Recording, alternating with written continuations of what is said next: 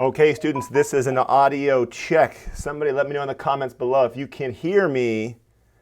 If you can hear me, let me know. Audio check. All right, enough about Chibi. Here we go. That's first person that tells me that we are up and running.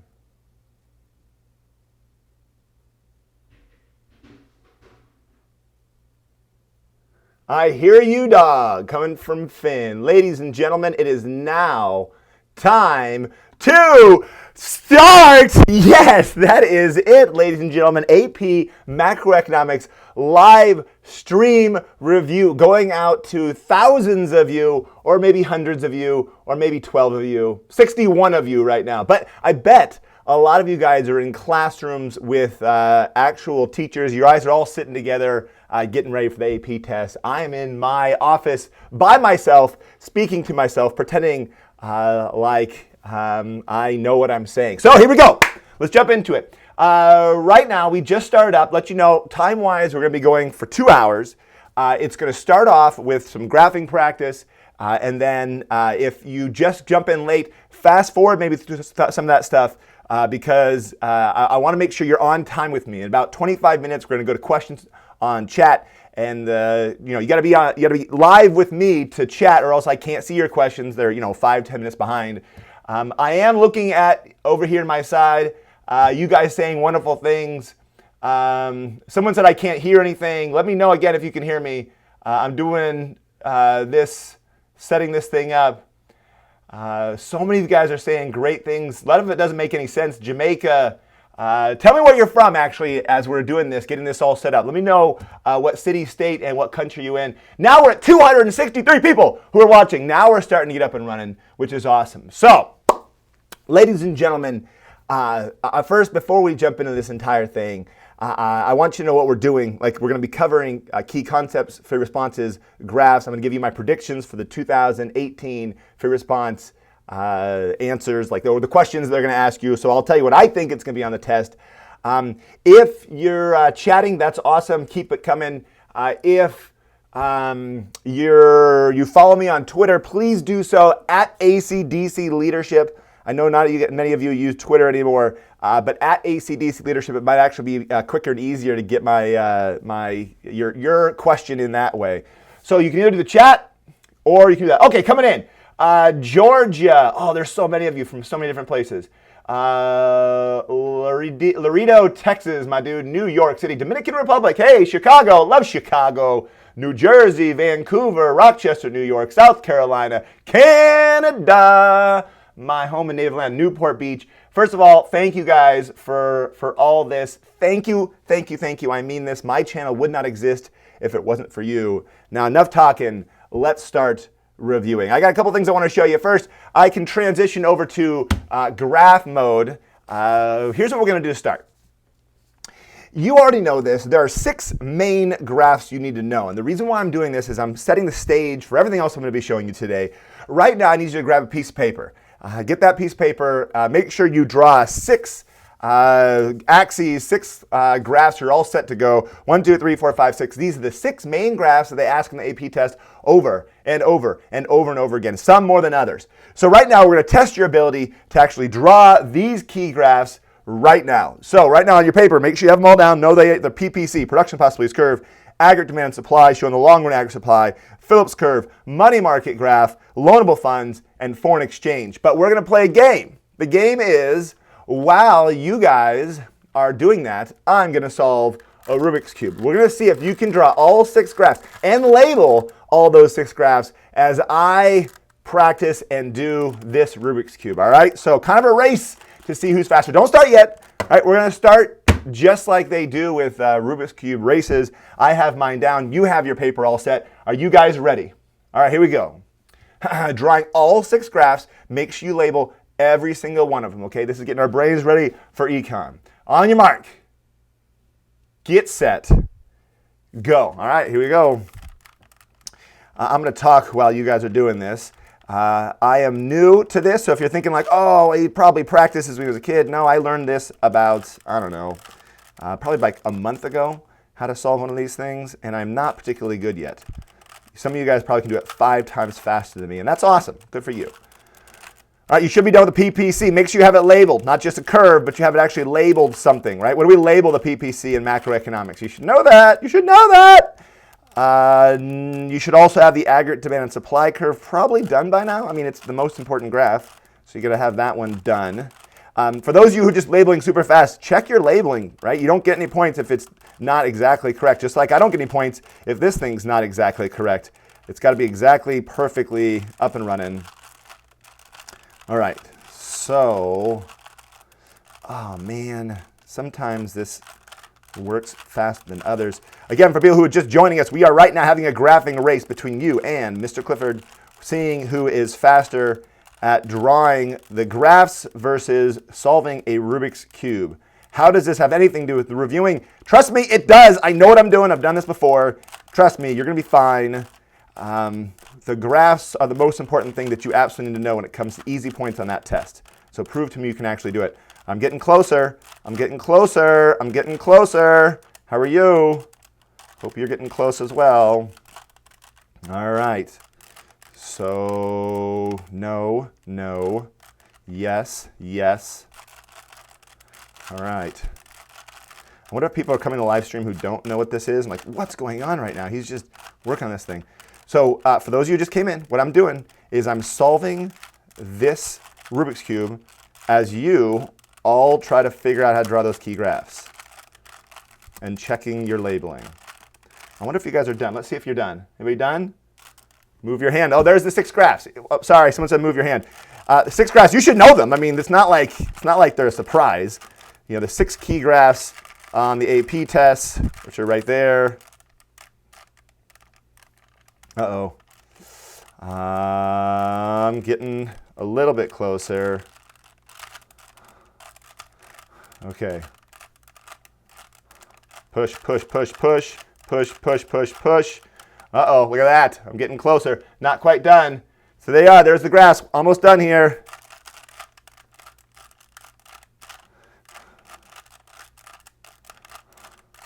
Ladies and gentlemen, I am done. There it is. It is perfect. Done. Now, I want you to know and remember that there are 6 graphs, just like there are 6 sides to a Rubik's Cube, right? There's 6 sides to a Rubik's Cube. There are 6 graphs you need to know, and you got to be perfect about them. Perfection matters. If you drew these graphs and they're all mislabeled, that means you're not perfect. That means you're not going to get the points in the AP test. So what are the graphs? Let me switch to a different Rubik's Cube. Here they are, okay? The 6 key graphs, like the 6 sides of a Rubik's Cube are here, and you have to practice. By the way, I want to point out, guess where I learned how to practice one of the things? You want to guess? Guess where I learned how to do a Rubik's Cube, right? No one's inherently just knows how to do Rubik's Cubes. That's just weird. Where did I go? I went to YouTube. I went to where you go to learn things, right? Where you learn things is YouTube. And by the way, you can't expect to be able to do a Rubik's Cube unless you actually practice. You physically move the thing and you practice it. You can't expect to know these graphs unless you practice them and you get them down. So let's make sure we know those key graphs. You have them down 100%. Teachers, if there's a bunch of students in your room, please, please, please make sure they're drawing as well. Production possibilities curve. What do you label that thing? First, there's consumer goods. So I know this might be hard to see, so I'll zoom in a little bit. What? Too much. There's consumer goods, and there's capital goods when it comes to the AP test. That's what they like to see, consumer goods and capital goods. A production possibilities curve, usually bowed out, looks kind of like this. Oh, that's so ugly. I'm going to switch pens.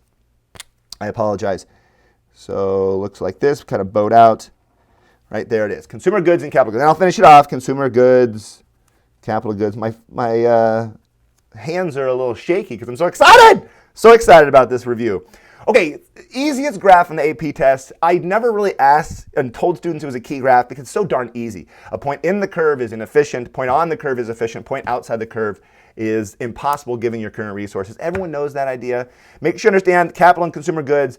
It doesn't matter what side you put them on, just understand what they are. Capital goods are goods that produce machines, tools, machines, factories, goods that produce other goods. All right, here we go. Aggregate demand and supply. The most important graph. First, you had price level. You had G, D, P, real, downward sloping aggregate demand.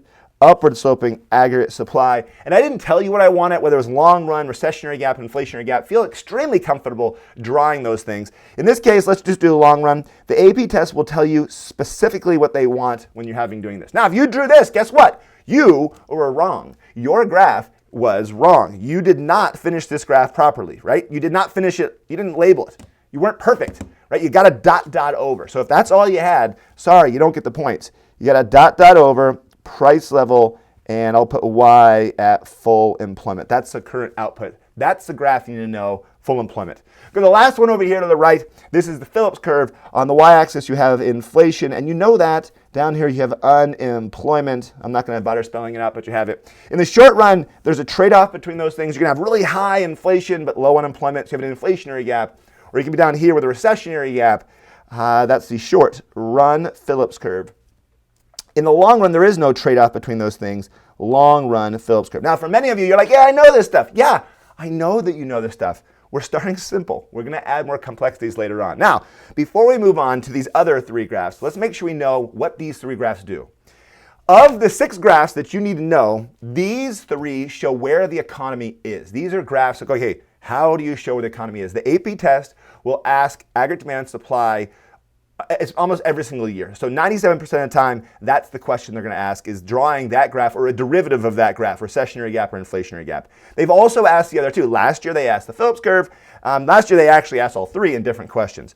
So you need to be able to draw a recessionary gap on all of these and show, how do I show a recession? So how do you show a recession? And it is a rhetorical question because you're not in the room with me, but let's just pretend that you were. How do you draw a recessionary gap on this graph, right? So answer back to me on, show me on your graph. Well, it's a point inside the curve, so I'll put point A. That's a recessionary gap. Now, how do I do that on this graph? Well, for this one, I'll say a decrease in aggregate demand, put us point here, which is point A. That's a recessionary gap. We have very low output, which is right here. We're currently producing that quantity and that price level, PL1. We're producing an output that's less than full employment output, or in other words, we're underutilizing our resources, right? Same concept. Point A, same idea. Over here, where's point A? Well, it's got to be over here, right? We have very high unemployment, very low inflation. That's a recessionary gap. Recessionary gap, recessionary gap, recessionary gap. The AP test will ask you those. I'm telling you right now, the AP test will ask you one of those. For sure, guaranteed, every year you're going to see that. So make sure you've drawn all these graphs correctly. Also be able to show what happens on these other graphs and how they affect these graphs. The one in the middle right here, that's the most important one. So a change in the money market or some adjustment in loanable funds or foreign exchange can change these other ones. So they're all related depending on what you're doing. So let's go to the money market graph. Here we go, money market graph. Over here, first of all, what's on the y-axis? Well, it's the nominal interest rate, not the real interest rate. That's the quantity of money. And downward sloping demand for money, upward sloping, vertical supply of money, which is set by the Fed, over, you've got the interest rate, and there's the quantity of money. There's your labeling, that's your graph, that's what you got. You know that, I know you know that, perfect. Please really quick notice these two graphs, the money market graph and the Phillips curve, they look identical. They're different concepts entirely, but they look the same. So if you know one, you're like, oh, what is it shaped like? This one's shaped the same way. Now, question, here we go. Big question for you, big question of the day. Zooming in, that money market graph. That graph you drew, and more importantly that you know. I'm not good at this. All right. Okay, this graph.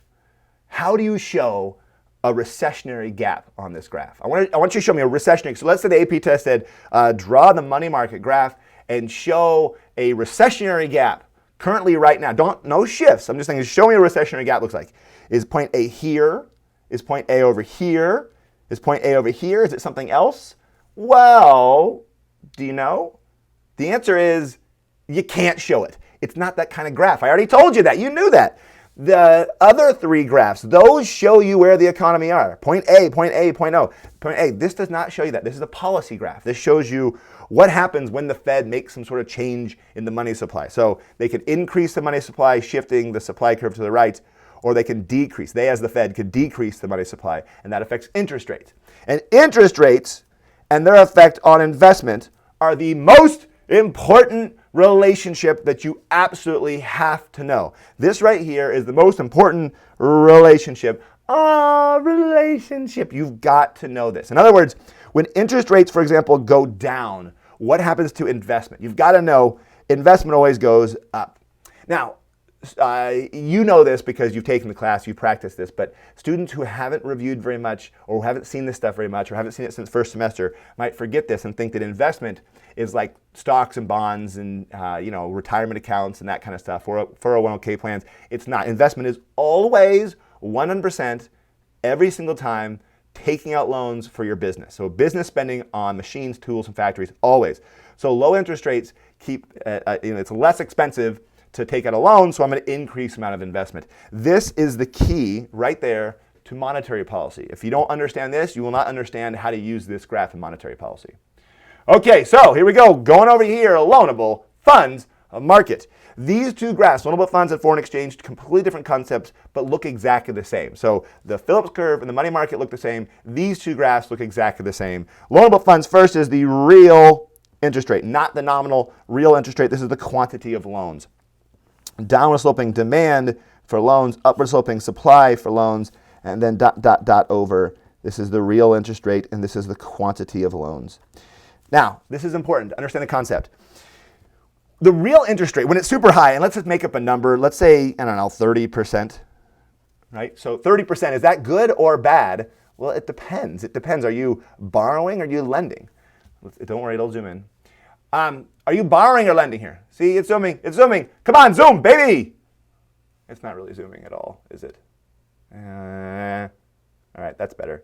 Okay, at 30% real interest rate, people do not want to borrow money. I don't want to borrow money at 30. I got to pay back 30%, right, adjusted for inflation. So the demand or the quantity demanded is really low. But if it's like 1%, might as well take out a loan for sure. So the demand is super high. The quantity demanded is super high. That's important because I need you to understand, if you get this, you're going to be fine. Because last year's fair response, I think it was question number 3, it tripped a lot of students up because they forgot who does what. Demand for loanable funds is by borrowers. If you remember, the demand is by borrowers, also called what? Investors. Investing is the same idea as borrowing. So the demand is by businesses taking out loans, by individuals taking out car loans, and all these other, this is demand by borrowers. Supply is by lenders, and that's also called savers. That was tricky last year. It wasn't hard, it was just students forgot that savers are the ones that determine that supply of loanable funds. If people save more, supply of loanable funds will shift to the right. If people save less, there's less loanable funds to be loaned out, so supply would shift to the left if people save less. So one more time, I'll say it again. Demand is by borrowers, also called investors, and supply of loanable funds is by the lenders. Those are also called savers. So if that makes sense, let us move on to the next graph. Foreign exchange. Now the foreign exchange graph, it depends on what they ask you. Are we looking at dollars, American dollars to euros or whatever? So up here on the axis, you can just write exchange rate. That's fine for now. We're looking at maybe the dollar, American dollar. This is the quantity of dollars. Not the same as the quantity of money. This is the amount of money that people are willing and able to exchange in the foreign exchange. So I have one currency, I'm willing and able to exchange it for another currency. We've got a downward sloping demand for demand for foreign exchange, or dollars in this case. We have an upward sloping supply. Of course, you got an equilibrium, bam, quantity at equilibrium, quantity of dollars, and then ... This is the exchange rate that can go up or down. If this goes up, that means that we have appreciation of the dollar. So if the demand were to go up, that's called appreciation. Demand goes down, there's depreciation of the actual dollar. So that's important to understand that graph. More important than any of that, just understanding-wise, demand, if you think of it this way, demand for dollars is by the foreigners. Foreigners demand. So who's in line at the foreign exchange right now? Well, there are people who, I want those dollars. I've got the euros, I want dollars. So the demand for dollars is by foreigners, and Americans supply them. So if you think of it that way, you're pretty much going to solve all the problems you're going to see on these tests.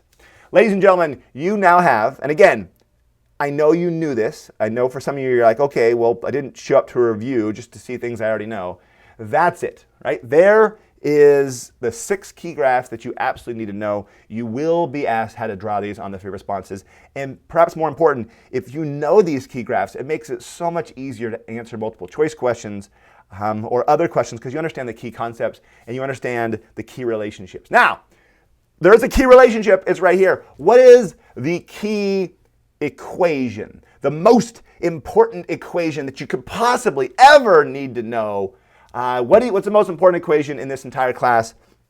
Well, it's the equation for GDP, which is what? Do you know? It's C plus I plus G. You talking out loud? Are you guys talking out loud? Right? Plus XN, which net exports or exports minus imports. This right there, most important equation because it explains aggregate demand. It explains who's buying our stuff. And it's really simple because you understand the idea. This is GDP. The people who can buy things are, consumers, businesses, the government, and other countries. If you understand the concept, you're going to be fine. All right, that said, ladies and gentlemen, with you, the people who are showing up a little late, keep in mind what we just did. Oh, I love you guys answering in the, you guys wrote down the equation in the comments. I appreciate it. Am I getting sweaty? Oh, sorry. These lights. Anyways, just excited. Those of you who just came in, we practiced drawing the 6 key graphs, and we did it while I was trying to put together a Rubik's Cube. I learned how to do a Rubik's Cube on YouTube. That's where you learn stuff. It's easy to learn stuff on YouTube. You practice.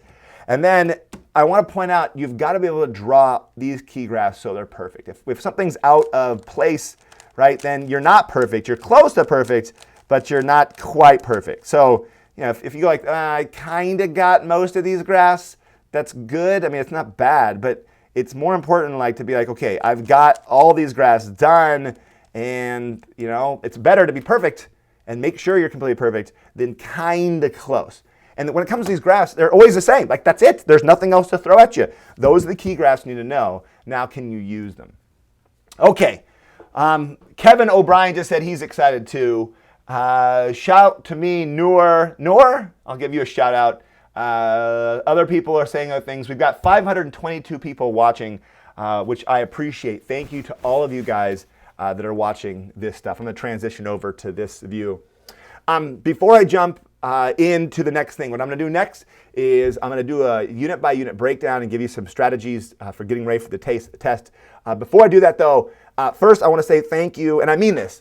Thank you so much to all of you who got the Ultimate Review Packet. It is what funds this channel. It's what makes this possible. I do this full-time now, so this full-time job is making YouTube videos and student resources and teacher resources. So thank you, seriously, so much. If it's in your hand right now, you have my packet. Seriously, I just want to give you a hug. Thank you so much. I appreciate it. Now, just give me 30 seconds of this. For those of you who stole it, and it's not like, you're like, no, I just borrowed it. No, you stole it. That's stealing. Please do the right thing. All right? You made a mistake, that's okay, but do the right thing and pay for the resources. If you went to one of your friends, hey, give me the resource, and you know who you are. I mean, you're listening right now. You're thinking like, oh, I'm really enjoying this review. Like I'm getting a lot of help from Clifford, and if I'm helping you, please help me. And it's kind of how the economy works, right? Someday you might have a business, and imagine if someone in your business, walks in and just like takes your stuff and like, well, whatever, dude, I don't care. Like that kind of sucks. Now, to incentivize you and to get you to do the right thing, I'm willing to do something I've never done. I'm going to do different this year.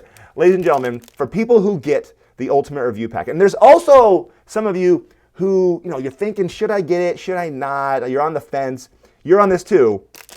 I'm going to give out AC/DC belt buckle to several people, actually. So I'm going to give at least 3 of these out to every single person who buys the Ultimate Review Packet between now and the AP test. So between now and the AP test, I'm going to put a list of all the people who buy it, and then I'm going to go out there, and for each of those people, I'm going to keep track of their emails, and then we'll do a contest. We're basically going to pull a name out of a hat, and I'm going to send you this to your house so you have an AC/DC belt buckle, which I will sign on the backside. Again, what I'm trying to do here is I'm trying to create an incentive for the people who basically stole my resources, or at the very least didn't do what they're supposed to do the right thing now. So again, for the people who did it right, thank you. I seriously appreciate it. For everybody else, I also thank you for doing the right thing. Ladies and gentlemen, it's now time to switch over. I'm going over to a different mode here. What I'm going to do is I'm going to open up a PowerPoint. Actually, switch out of this. What I'm going to do is I want to go over some key strategies. I'm also going to go over some concepts you need to know. I broke down the AP test from multiple different years to help you guys get ready for this. So here we go, live stream. All right, I'm going to transition you guys over, and I'll be down in the corner. So here we go. Let's do it. All right. So hopefully you can see me. If you can't see me, let me know in the comments right now. I'm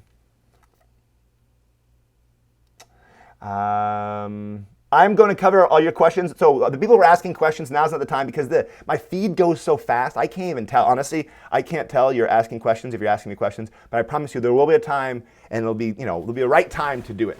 So again, let me know if you can see me. Some people are asking for more graphs, which I promise to do.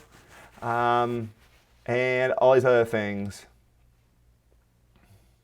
All right, here we go. So let's talk about this review. First of all, I have a website, acdcecon.com. If you haven't been to it, you should check it out.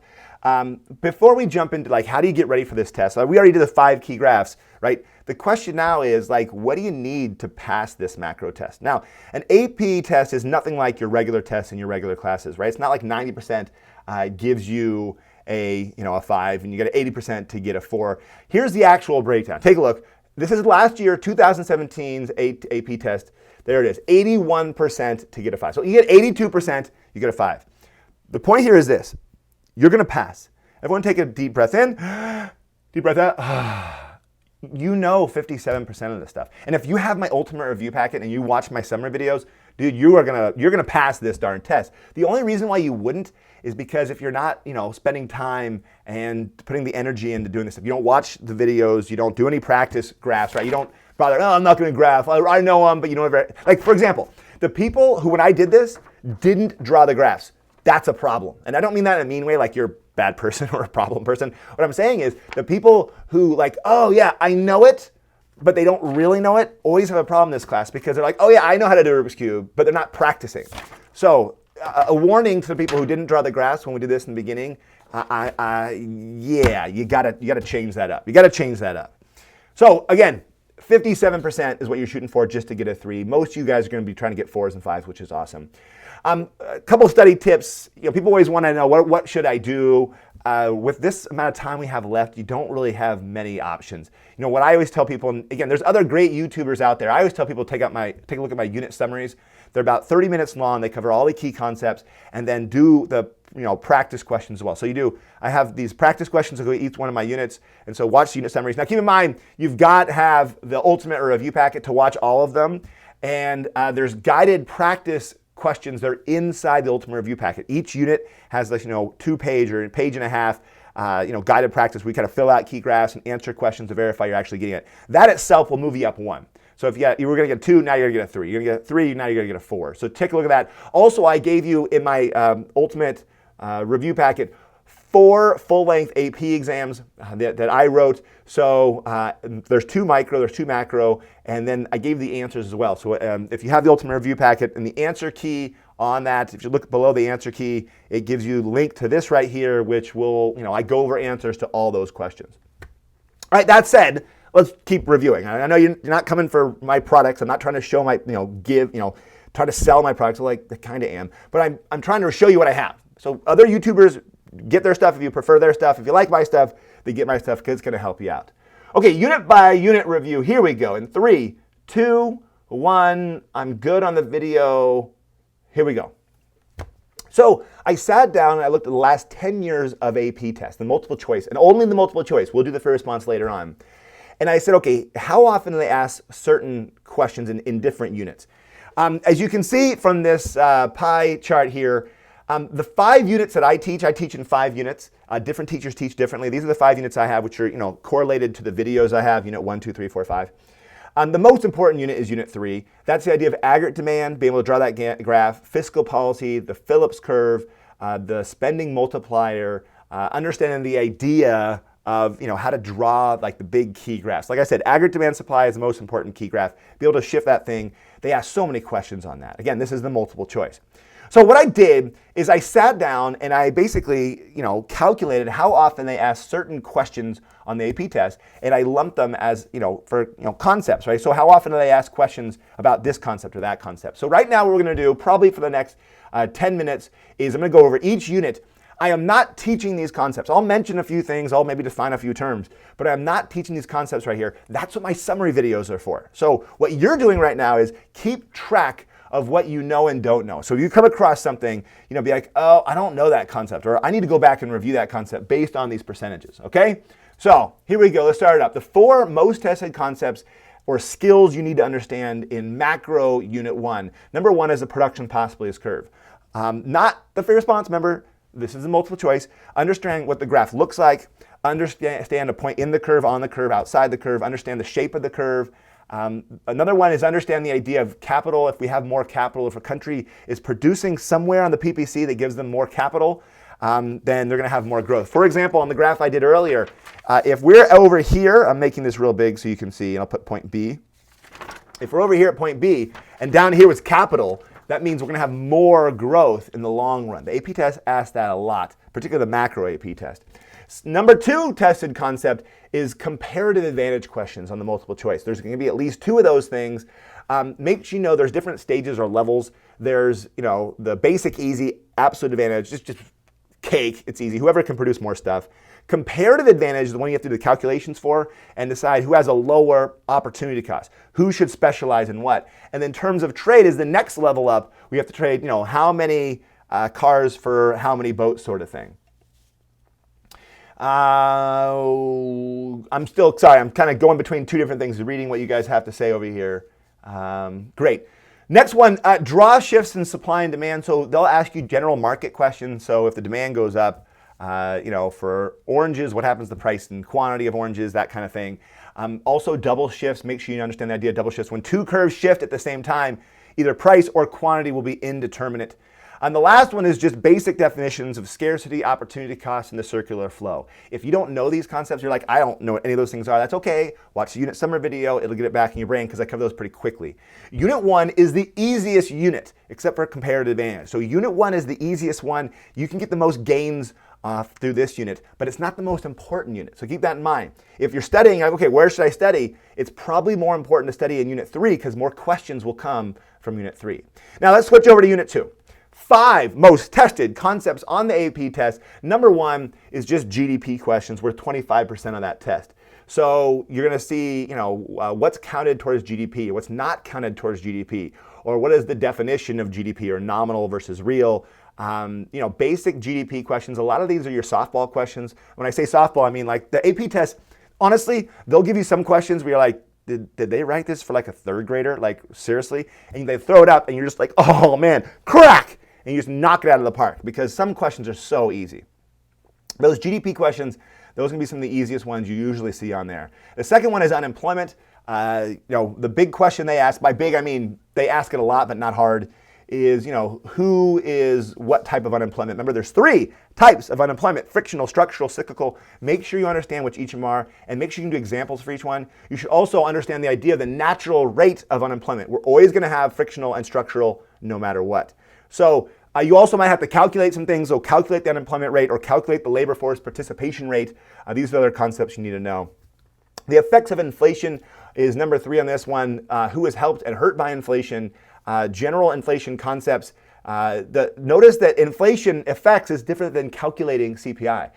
Your teacher might have spent a lot of time having you calculate CPI, like, if the market basket goes from $50 to $58 or whatever, you have to calculate the CPI. It's actually not asked that very much on the AP test. The concept is, though, the concept of what is the CPI and the thing called the GDP deflator. Now, in the ultimate review packet, in the guided notes, I have several GDP deflator questions. So try those questions to verify if you can calculate the GDP deflator. If you can do it, like if you're like, yeah, I got it, you can do well in the multiple choice, because remember the multiple choice, you have to, you have 5 things to guess from.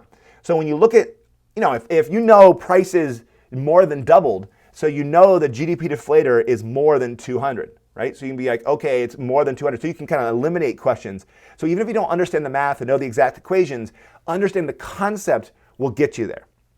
Last one in this one is the quantity theory of money. It's that equation M times V equals P times Q. The amount of money in circulation times how much that money is circulated equals the nominal GDP, the price times the output that's produced. The key concept there is the velocity of money. If you look at these questions, you'll see that half of them all ask you about the velocity, that definition. What's the velocity of money? So know that definition. All right, we're moving on. Unit 2, also important, not particularly hard. It's got some basic social science kind of feel stuff. It feels more like a history class than a math sort of graphing class, because there's no key graphs really in Unit 2. Unit 3, things go nuts! They're going to go crazily in Unit 3 because it's harder, it's more stuff, it's a bigger unit, it's more on the test. So here we go. 5 most asked questions or concepts. Number 1 is just shifting supply and demand. The AP test will say, okay, if increase in government spending, decrease in government spending. If something occurs, the questions about stagflation. You should also understand the 2 causes of inflation. Again, I know I'm going fast. If you're like, oh, he's going really fast, I'm not teaching these concepts. What I'm doing is I'm reminding you to write them down and be like, okay, I don't remember the 2 causes. Like right now, if you don't know the 2 causes of inflation, you're like, I don't know what they're called. Then you should write that down. Be like, okay, that's something I'll go back and look at. Or I'll go look at, the Unit 3 summary video to make sure I remember them. They are demand pull and cost push. So aggregate demand, when it goes up, right, when we're at full employment, aggregate demand goes up. That's demand pull inflation. It causes price level to go up. And cost push is when supply goes down. A short and aggregate supply shifts to the left, and then price level goes up. You should also understand that cost push inflation causes stagflation. That term stagflation, they ask several times in the AP test. Again, I'm not teaching it. I'm just telling you, write it down, because that's something they ask a lot. Now, believe it or not, 51% of all the concepts that they ask, the questions that they ask in this unit come from aggregate demand and supply and long-run adjustments. Long-run adjustments are the idea of, how does the economy adjust in the long run? If there's a recessionary gap, what happens to get us back to full employment? Or how does the economy shift in the long run if there's more investment or more capital stock or stuff like that? So make sure you understand that concept. Number 3, fiscal policy. 2 parts of fiscal policy. Spending and taxation, make sure you understand that and then can mess with it. And the math part is the marginal propensity to consume and the marginal propensity to save for another 14%. Then we'll do those calculations and something called the tax multiplier. Again, there's so many questions I put in the ultimate review packet, do those, and I have several questions inside the summary videos and the multiple choice questions videos on YouTube. So make sure, like I said, you've got to practice. Don't be like, oh yeah, I know the marginal propensity to consume. Well, prove it. So get in there, answer some questions, verify you got it.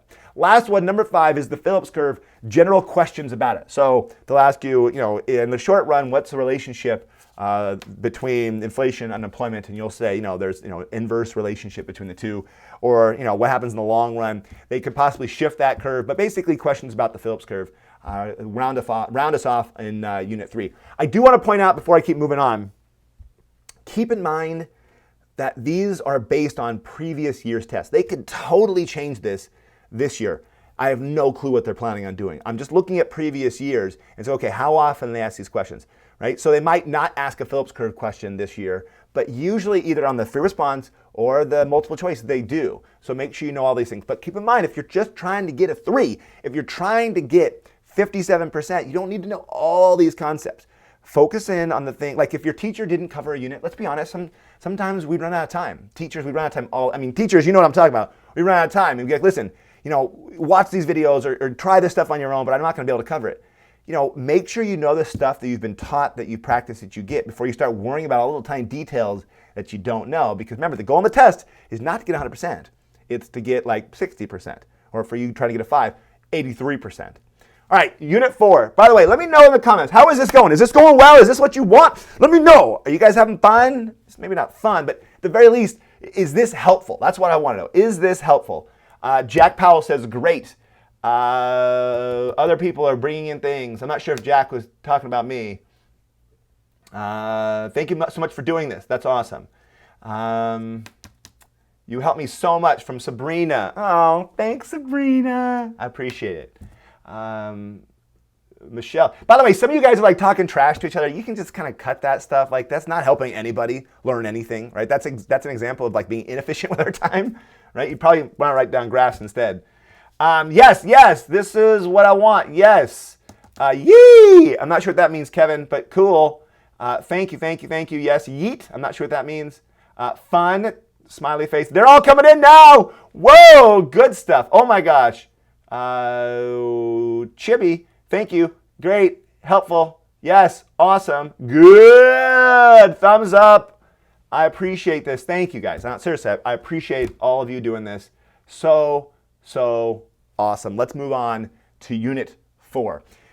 In Unit 4, I'll get to that other stuff later. In Unit 4, the 5 most tested concepts and skills.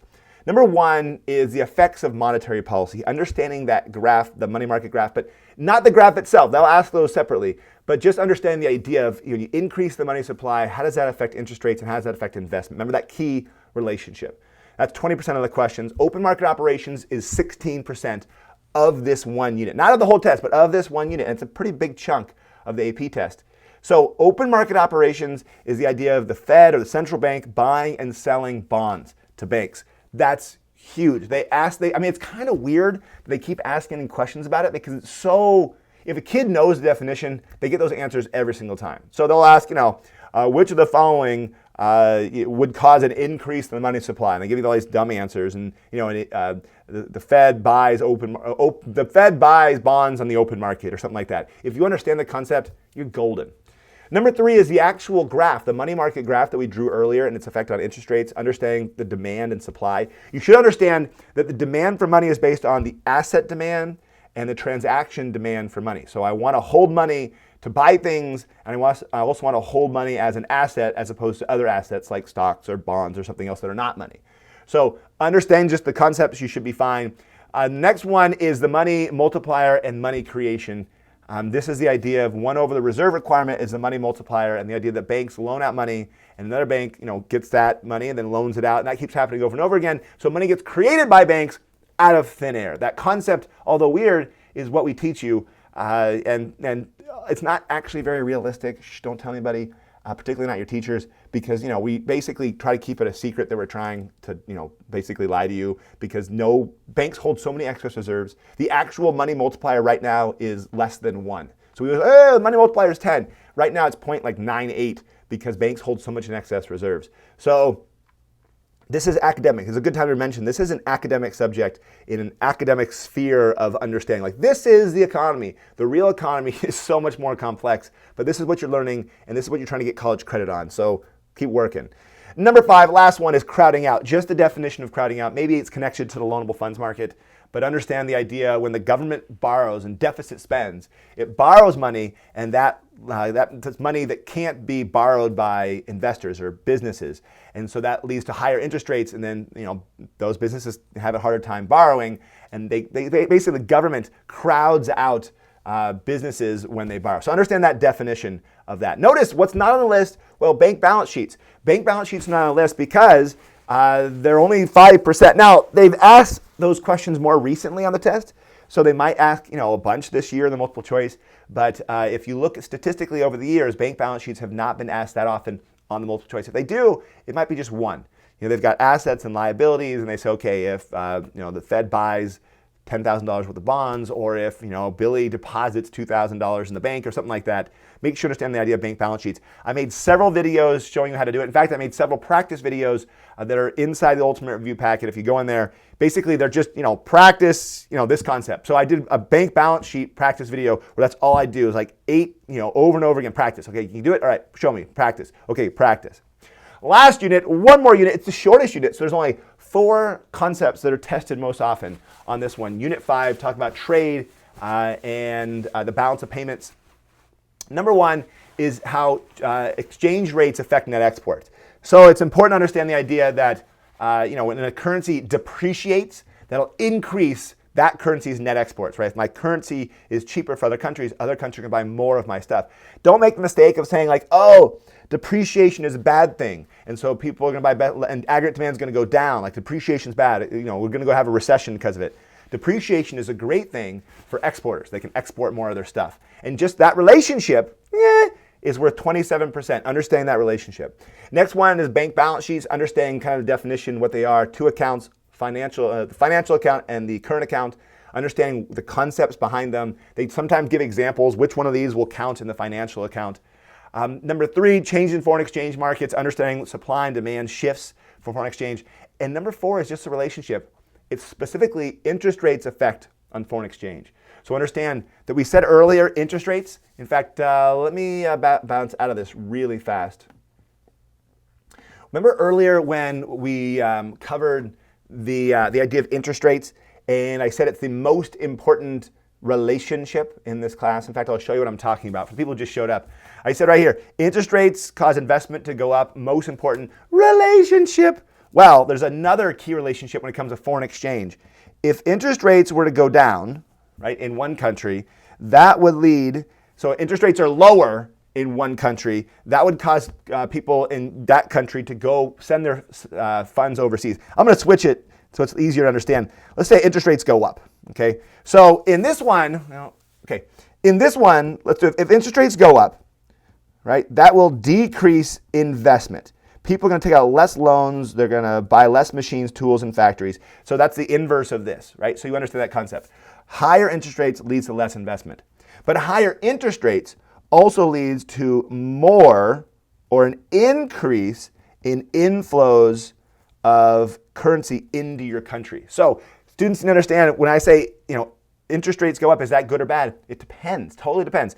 It's bad if you're trying to take out a loan. If interest rates go up, I'm going to take out less loans because it's more expensive to pay back that loan. But if interest rates go up, I want to loan more money, right? I want to loan more money, and people are going to want to put more money into your country to get that higher rate of return. So it all depends. Are you a saver, all right, or are you a borrower? In this case, we're talking about borrowers, right? So borrowers are hurt by higher interest rates. And in this case, we're talking about lenders, and lenders benefit. So a higher interest rate would increase inflow into your country, which would affect the loanable funds market. So that's a concept I want you to understand. Interest rates are key. You got to know interest rates. All right, let's head back to the PowerPoint really quickly. So what I just did, for those of you who are just showing up, is we just went over the key, most likely asked questions on the AP exam. If you're going to study and you only have so much time because of scarcity, that's what you should focus on. The time, okay, what am I going to spend my time on? If you don't know input questions for comparative advantage, then don't spend any time trying to learn that concept over again. Focus on the concepts that I just showed you, right? Understand those concepts first before you start worrying about other little concepts that are not as important. Okay, that being said, ladies and gentlemen, what I want to do right now is 2 things. First, we're going to show you this. I showed this last year and I got a lot of positive feedback. And then I'm going to go to your questions. So for those of you who are putting in questions, that's awesome. People are saying, hey, thank you, you rock, or hi, Mr. Clifford. That's coming from Jason M. I am going to get all this, and I'm going to answer your questions. But I want to make sure I have this. And the reason why, so you're wondering, this is more important. If you understand this might actually answer some of your questions. So what you're looking at right now, and we're going to actually slow down a little bit so you can actually fill this out. I want you right now on your piece of paper, number 1 through 15. What are you doing? Number 1 through 15. Again, those of you who aren't doing it like earlier, that's a problem. Do this, right? Right now, 1 through 15. Okay, macro is all about relationships. If you understand, it's a cause and effect situation. It's not like that in real life. Like in real life, it's really complicated. Like a change in this affects this, but there might be some other factor. But for our purposes, we hold all that stuff constant. And so okay, if the world was perfect in our little academic world, and this occurs, what will happen to this? The most important one's number 1, you already know that one. If interest rates go up, what happens to investment? Investment would go down. So what I want you to do for each one of these things, I'm going to give you time to do it, so don't pause the video. I want you to identify what happens arrow up or arrow down. So don't write all this crap out. Just write arrow up or arrow down to practice, to verify you can do this. So if interest rates go up, what happens to investment? If taxes go up, what happens to disposable income? If government spending goes up, what happens to national income? As you're doing that, I'm going to go ahead and look at some of the comments that were already said, look for some of your questions, but I'm going to give you at least 2 minutes to do this. Good luck.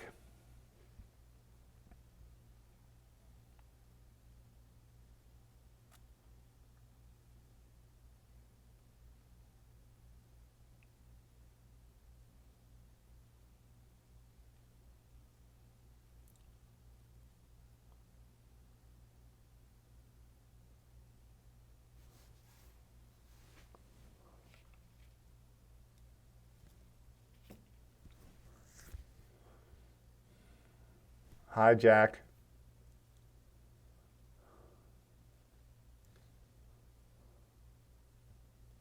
Yeah, someone said, 4 is weird. Spending multiplier, S multiplier. I'm running out of room, guys. The AP test won't do this to you. If the marginal propensity to consume goes up and people consume more, what happens to the spending multiplier? Good question. Who said that? Who said that? Good job. See, this is why we do this stuff. That was Ganesh. I suck at some names. I'm sorry. Hey, Jake, I love you too.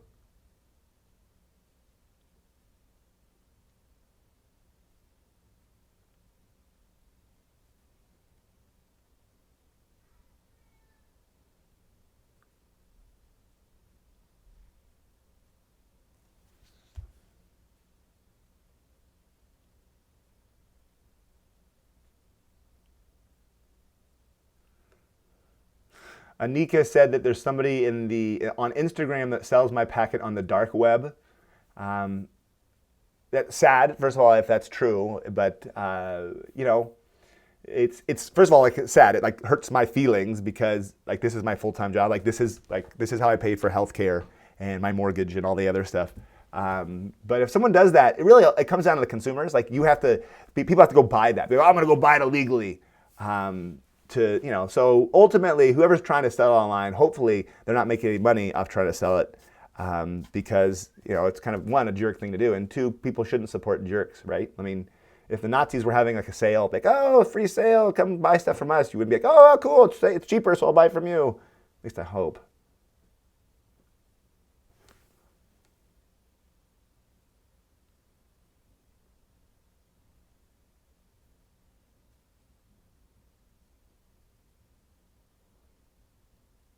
Mr. Jude's class. Done, Miss Clifford, from Robert.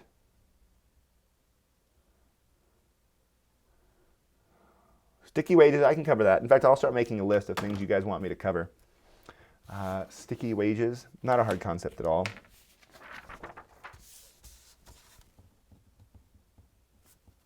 Again, we're not doing question time yet. It's coming. We're going to do this first, and we'll get to question time after.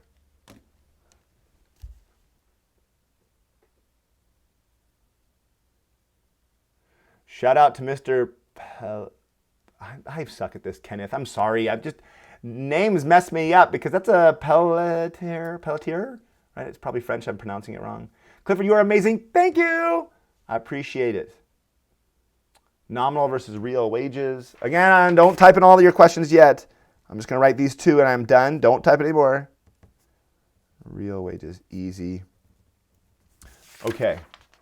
Now's a good time for those of you who are done. Take out your phone and follow me on Twitter. If you're not following me on Twitter, first of all, actually stop.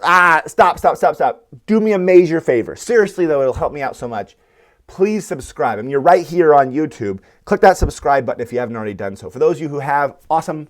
Thank you. Seriously, I really appreciate it. YouTube's weird like that. If you have more subscribers, they'll put your videos out there more. So it's just a matter of just, getting the numbers sometimes. So basically, I know you're not going to watch my videos for the rest of your life, and you're leaving high school, some of you guys, you'll probably never watch my videos again, maybe a few times in college. But subscribing is like the best way to say, hey, thanks, Mr. Clifford, at the very least, right? Get the packet, because the packet's going to help you too. But subscribing, thank you so much if you do that right now. That's awesome. Thank you. Okay, here we go.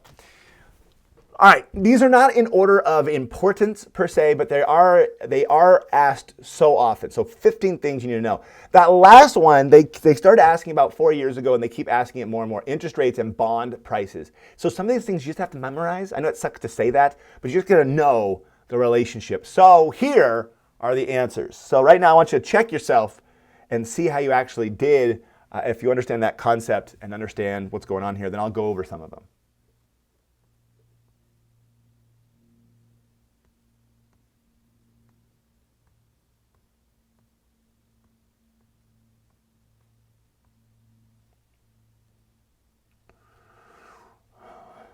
All right, bring it down for those of you in the classroom who are talking.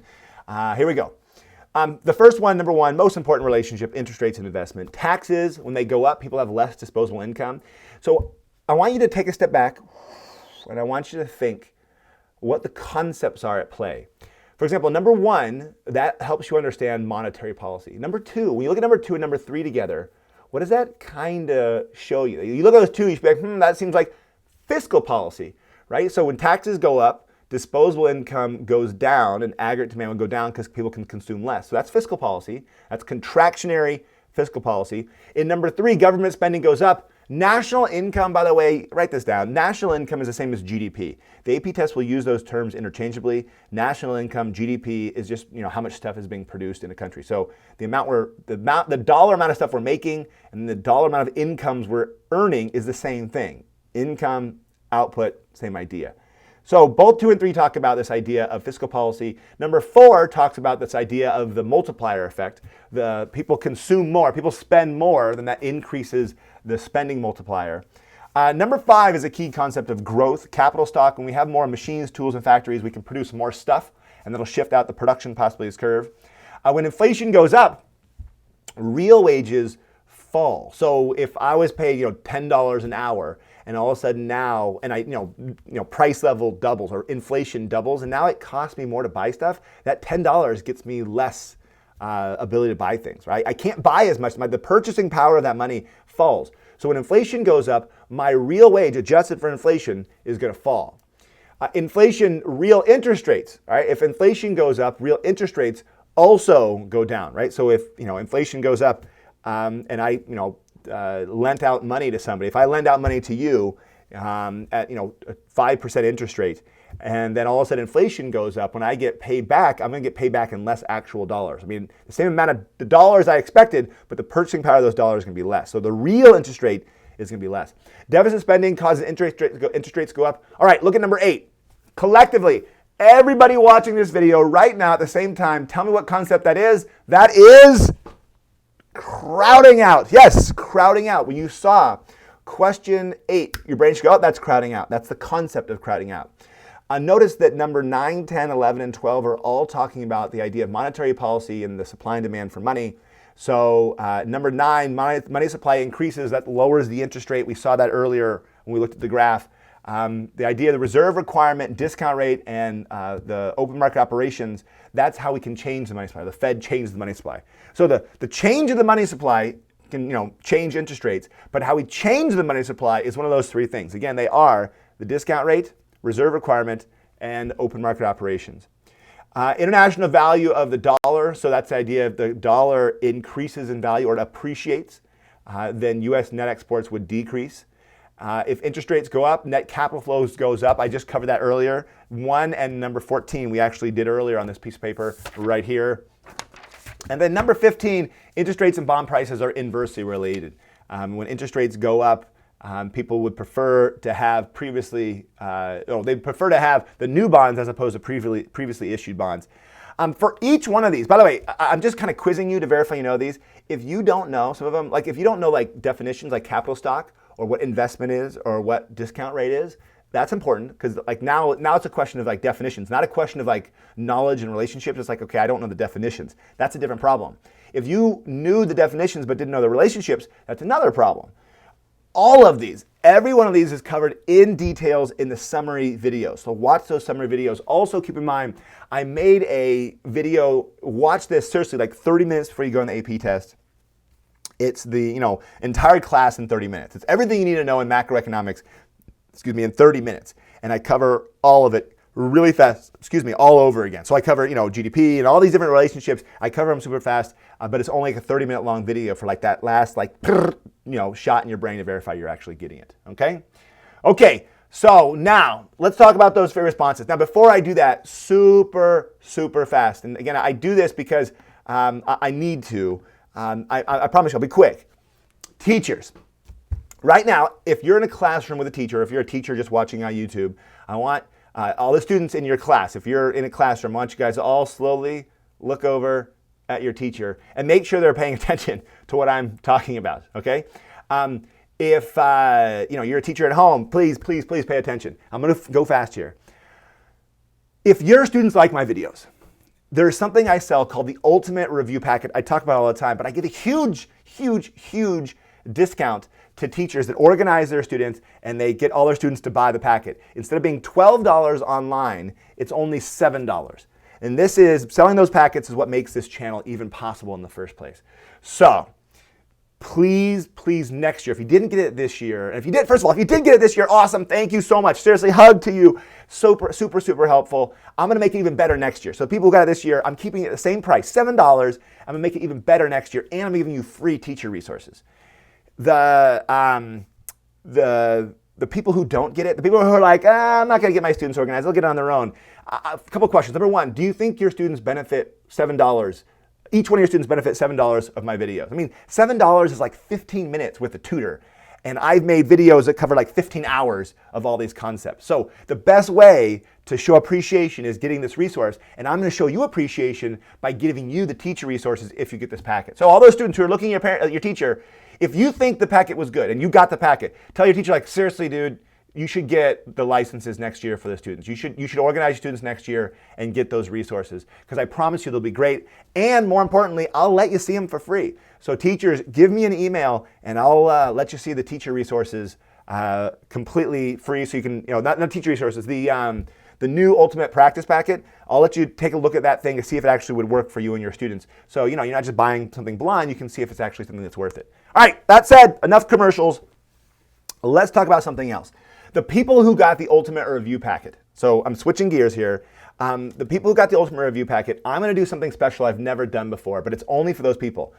On Monday, this Monday coming up, and I'll post another video telling the details, but I'm gonna do a 3-hour live stream video where all I'm doing is answering questions, and that is it. That is all. But I'm gonna post it inside the links. If you have the Ultimate Review Packet, you know how to access the videos. I'm going to post that link inside there so you can watch. And the only you can't watch on my regular YouTube channel, or even if you're a subscriber. The only way you can access it is if you get in to those links. And I'm going to do basically a live stream just for you guys. And the reason why is, again, I want to show you appreciation. So thank you so much for getting my resources. I'm going to do a live stream for you so you can ask me questions. In fact, we might actually Skype a few of you, or maybe get on the phone and so I can talk to you guys. But basically, let's do it after school, East Coast time on Monday. I'll let you know the times for sure, but I'm thinking maybe, I don't know what time that would be here. Between, you guys are, school gets out around 3. So noon, like let's say 12 o'clock to 3 o'clock my time, Pacific, you let me know. In fact, let me know right now. I'll hook you up. I want to hook you guys up because you guys hooked me up. Thank you so much. All right, let's switch gears, talk about some free responses. We already talked about the 6 key graphs, right? You know the 6 key graphs. We already drew them. You've got them. They're right here. We already drew them. You got them. Make sure you can practice them over and over and over again. The AP test will ask you these questions, and they'll ask you draw a correctly labeled graph. If you mess up on the labeling, like we said earlier, then you're automatically going to miss out on easy points. So make sure you're perfect on that labeling, even if you don't know how to draw that curve. For example, the AP test will give your points even if you don't know what to do. Like they draw this graph and show this shift. Sometimes students go, well, I don't know the shift, so I'm not going to draw anything. And you're just like, why? It's easy points. It's easy points. Just draw the graph at equilibrium. And if you're not sure, draw anything, because you'll still get some points. Really quickly, you should know about this. On acdcecon.com on my website, I did a breakdown of the free responses, how often they ask certain questions. I showed you the questions based on frequency and the concept. So as you're reviewing, take a look at my website and see, okay, do I understand loanable funds graph? And if you don't, then go and try questions like you see on the screen, 2017 question number 3. And these are all free on the College Board's website, all these release free responses. So if you're thinking like, okay, I need to review some free responses, which ones should I review? Review the ones that are most likely asked on the AP test. So there you go. What I want to do right now, I'm going to do 2 more things. We're going to do the 12 key skills you need to know for free responses, and then I'm going to get to your questions. So don't send your questions yet. Hold up on the live chat. And also people who are doing side conversations about side random stuff, let's hold up on that as well. 12 key skills. First one, no comparative advantage. Like we said that in multiple choice, but make sure you know it, how to find comparative advantage and find terms of trade when it comes to these free responses. They haven't asked that often, but they've asked it enough. On the micro exam, On the AP micro exam, they've never asked a comparative advantage question in the free responses, but they have in the macro, and they will again. Teachers, by the way, do me a favor, if you're not on Twitter, get on Twitter. We always have, and several of my friends here on Twitter also do, we always post our predictions every year. I'm going to give you my predictions in a few minutes here. But, post your predictions, we'll see. My predictions were phenomenal last year. They were almost dead on for the Form D test. So I had, it was great. Like it was almost perfect, but it wasn't for the main test question, which kind of sucks. Because remember, I don't know. No one knows exactly. I mean, some people do, but I don't know what's actually coming on these free responses. Next one, calculate GDP and GDP deflator. Identify who's helped and hurt by inflation, and make sure you know those shifters, right? What shifts aggregate demand, and how do you shift it on the curve? How to draw a recessionary inflationary gap. Be able to calculate the spending multiplier. Notice these are the same concepts that I mentioned in the multiple choice, but these are ones the free response actually asks you to do. Explain how the economy adjusts in the long run. Be able to read a bank balance sheet, be able to read it, calculate it, and get that, and calculate and use the money multiplier. And know, there's a difference between if someone deposits money in the bank from their pocket versus if someone deposits money, if the Fed buys bonds or something like that. Explain open market operations. That one you need to know. You need to know really well. Explain exchange rates effect on net exports. And last one, be able to categorize different things based on the balance of payment. So, if a person in Japan buys a factory in the United States, is that the current account or the financial account? And understand that concept. They've asked several questions on that. So here's your key skills you need to know for the free response. You want to take a picture of that? You can take a picture of that, but make sure you can do those things. If there's a few that you don't know, you're like, I don't know how to do that. Go back and look at specific free responses. You don't study for free responses by looking at your notes. You don't study for free responses by watching my videos. You study for free responses by actually drawing them out and doing those calculations and doing those graphs. That's the best way to study. Okay, ladies and gentlemen, it's now time. 2018 macro free response predictions by Jacob Clifford. Before I give you mine, I want you to give me yours. So all of you teachers who are on Twitter right now, let me do some shout outs as you guys do this, but let me know what you think is going to be on this free response this year. So many of you guys are saying so many nice things. And seriously, I really do appreciate it. You guys are awesome. Twitter, ACDC Leadership, if you're wondering, at ACDC Leadership, which is my company name. Somebody, again, I'm going to ask you for your questions in a second. We're not there yet.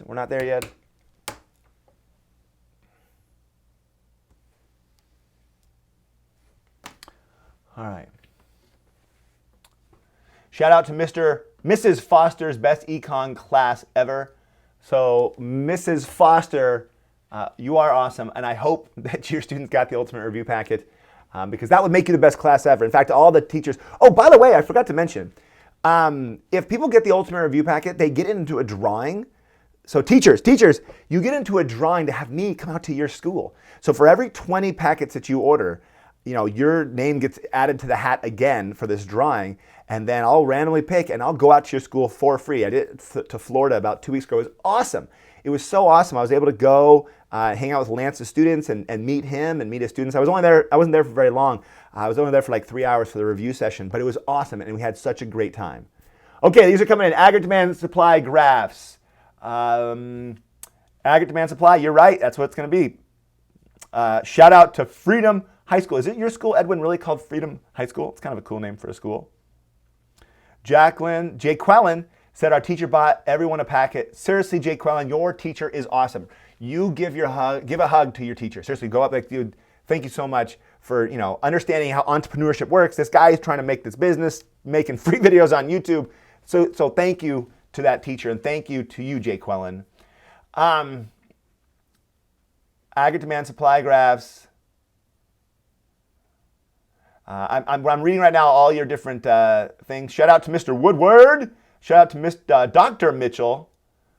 Shout out to Sweetwater High School in San Diego. Yeah, Sweetwater. That's not too far at all.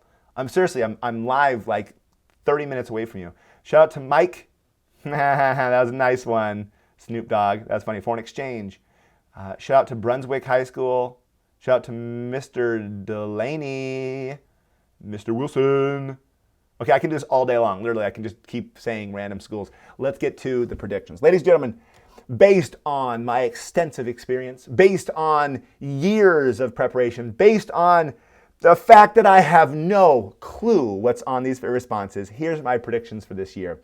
I think number one is going to be aggregate demand and supply, asking you to draw a recessionary gap to start, asking you some sort of question, but not necessarily drawing the graph for a long run adjustment. So if wages are flexible, what will happen in the long run? Possibly saying instead the government uses fiscal policy and then connecting that to loanable funds and crowding out. By that I mean saying something like in the beginning, the economy is at the budget is balanced. The economy is in recession. The balanced budget, and what will happen in the long run if wages are flexible? What will happen if we use fiscal policy? And if we did use that fiscal policy, show on the loanable funds market what deficit spending will look like, sort of question. More detailed than that, but that's what I think it is. I don't think, in other words, I'm not saying I think it's the Phillips curve. The Phillips curve, they had a big section last year. I don't think it's going to be a Phillips curve, and I don't think it's going to be a production possibilities curve. So if they're going to show where the economy is, that's what I think this graph's going to be. Number two, I think it's going to be the bank balance sheet. And last year, Form B, they asked a bank balance sheet question. So I think they could easily ask another one this year. They've been asking it more and more. So here it is. I think it's going to be a bank balance sheet question where they'll ask you, what's the excess reserve, required reserves? Here's some sort of change. What will happen to excess reserves? What will happen to demand deposits? And then maybe drawing the money market graph as well. They always draw the money market graph, usually somewhere in there, and understanding shifts on that graph and money creation possibly, the idea of, the money multiplier. Last one, I think it's going to be something, this is one I'm not sure about, I don't any of them, but balance of payment, something about characterizing 2 or 3 different scenarios. Does it count towards the current account or the financial account? And some sort of foreign exchange question that might be related. So, how would that scenario in 1B or, question A2 affect the foreign exchange, specifically the interest rates? So they like to ask interest rates questions. So higher interest rates will increase the idea of inflow into your country. Some other countries will put more money into your country. That's what I think my predictions are. Are they right? I have no clue. We're going to find out together in a week. In a week, we'll be figuring out, okay, is this right?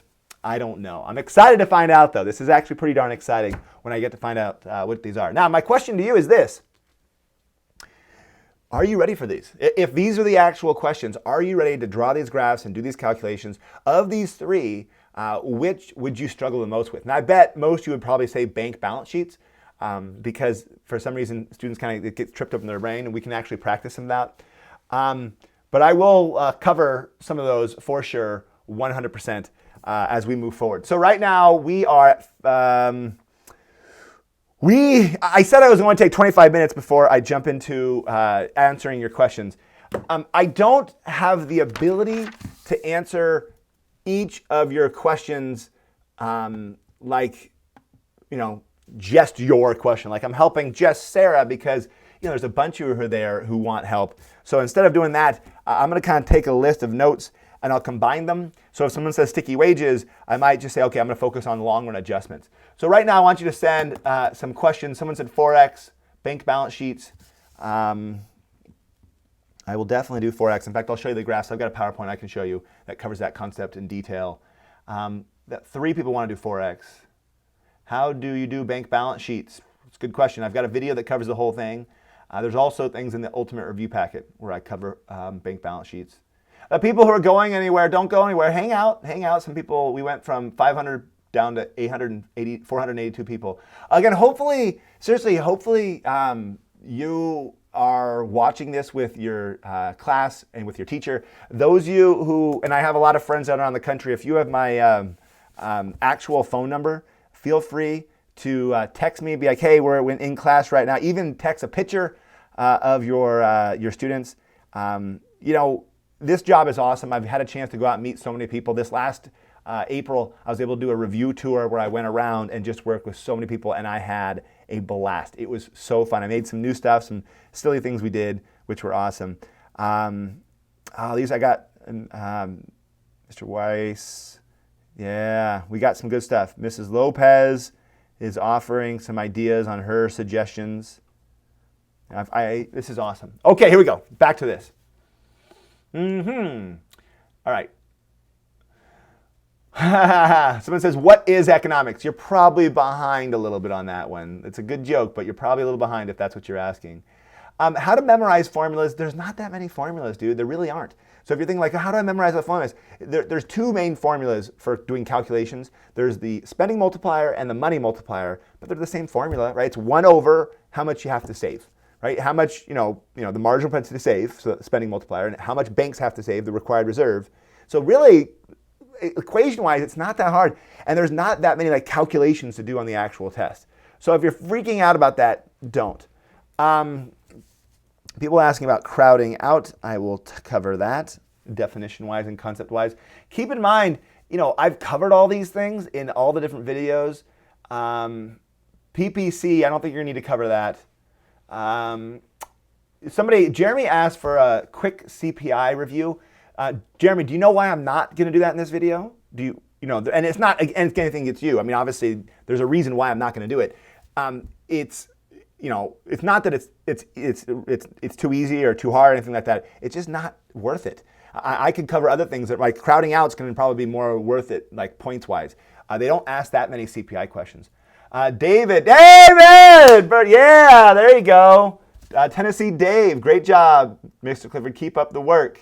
I appreciate it. David, seriously, you're awesome. I missed you. I'm a grader for the AP test.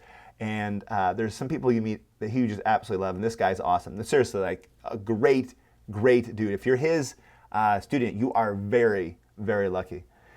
People have velocity money. People talking about other stuff. Keynesian classic. Lucy, I don't think I need to cover that. Again, I'm not putting you down. Don't feel like I'm like, oh, that's not good. What I'm saying is like, there's some things that just aren't as important as others. Loanable funds, foreign exchange, financial account, long-run adjustments. I'm going to do the long-run adjustments. In fact, I'll put that over with this. Long-run adjustments.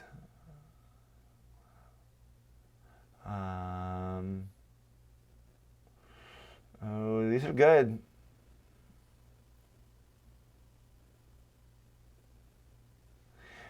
Billy pointed out, everyone write thanks, Mr. Clifford, and cross it out on the free responses. I'm actually not grading this year on the free responses. I've got some other things I'm doing, but it is cool. Please feel free to be like, Mr. Clifford, you rock. My fear is that people will be like, Mr. Clifford, you rock. You taught me everything. But the free response sucks, and they wrote like messed up graphs, and they're horrible. That would not be ideal. Okay, let's get moving. I think I have enough information to get moving. You go ahead and cut, putting all these things in bank balance sheets. All right. So what I'm going to be doing, financial account, trade balance. Trade balance is easy, right? And net exports. I am not going to do the ISLM curves.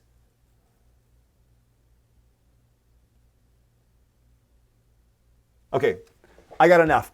So the things I'm going to cover, foreign exchange.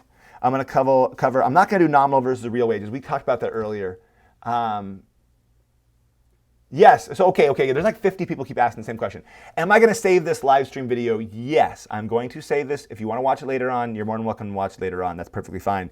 I was gonna put it only to the people who got the ultimate review packet and say, okay, this is for you, but I will leave it on my channel. And what I'll do next Monday, remember next Monday, I'll do the live stream just for those people so they can ask me individual questions. It'll be a smaller group and I'll be able to give you guys exactly what you're looking for, okay? Somebody pointed out there is no calculator allowed. That's exactly right. Somebody else said maximizing profit. That's a micro concept. Remember, micro is tomorrow, same time, same place. Here we go. I'm going to cover foreign exchange. I'm going to talk about crowding out balance sheets and then long run adjustments. So that's the plan. So let me first switch you guys over to the screen again, and I'm going to show you a PowerPoint. I hope you can see me. So here's what we're going to do. Real quick, let's talk about foreign exchange. So for the foreign exchange market, it's important to understand, we know the graph. You already drew it earlier. We've got dollars and euros. This is the people on the dollar side. The demand for dollars is by Europeans, and the supply is by Americans.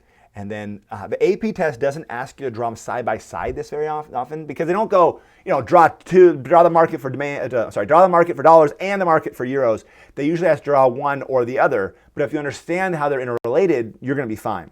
So this question right here shows you, kind of question you might see. What happens if Europeans prefer vacationing in the United States? So people prefer vacation in the United States. What happens? Well, first of all, it's going to affect dollars or euros. It's going to affect both of them. Right? Both the supply and the demand are going to change, but it depends on which market you look at. First, the dollars. The demand for dollars is going to increase because these Europeans want to go to the United States. If they go to the United States, they need to buy the dollar to buy United States stuff in the United States. And so the demand for dollars is going to increase. Right? That means the foreign exchange, the exchange rate is going to increase. So the dollar is going to appreciate relative to the euro. Now, if this other graph on the other side also appreciates, then you knew you messed up because you can't have the dollar appreciate to the euro at the same time that the euro appreciates the dollar. It doesn't work that way. One's got to go up in value, one's got to go down in value by definition. So on the other side, the Europeans are going to be supplying more euros.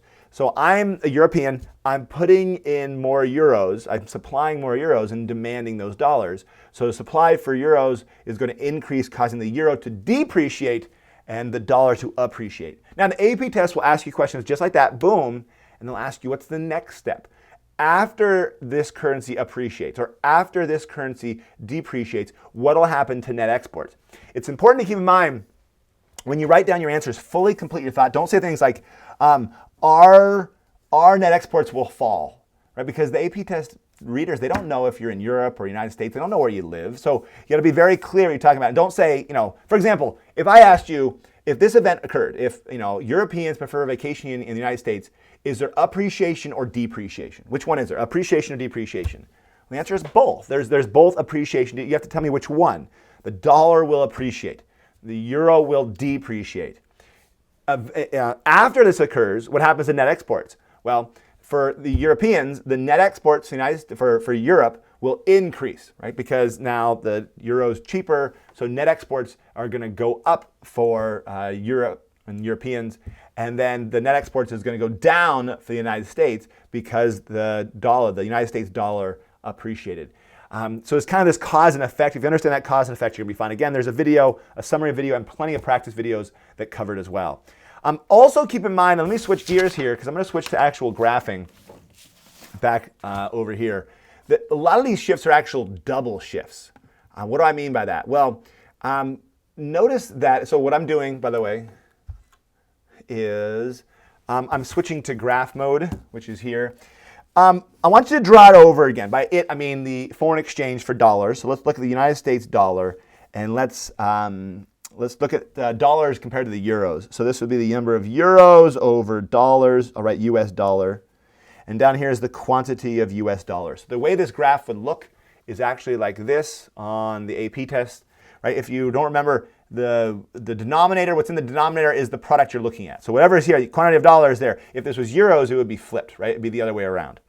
Demand for dollars is by Europeans for the most part. Supply of dollars is by Americans. And this is the supply and demand for dollars. And we have an exchange rate and we have a quantity of dollars. Great. Now, if you feel good about that, totally, you got it. There are 4 things, 1, 2, 3, 4, that shift this curve. There's 4 shifters of the foreign exchange. Now, other teachers might teach different ones. I teach 4. First one is taste.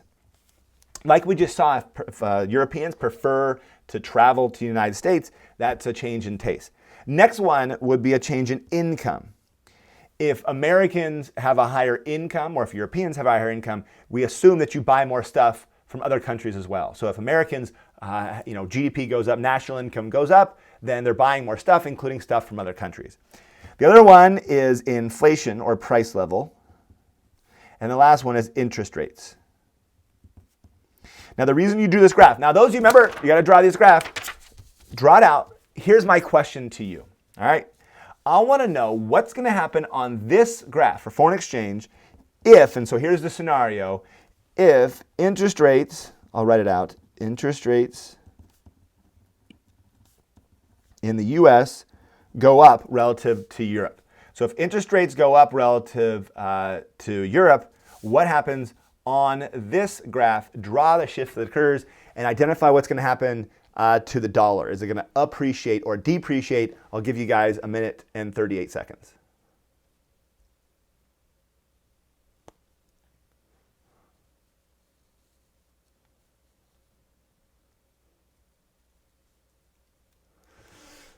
People who are just joining us, keep in mind, if interest rates in the U.S. go up, we're drawing what happens in the foreign exchange market for demand and supply.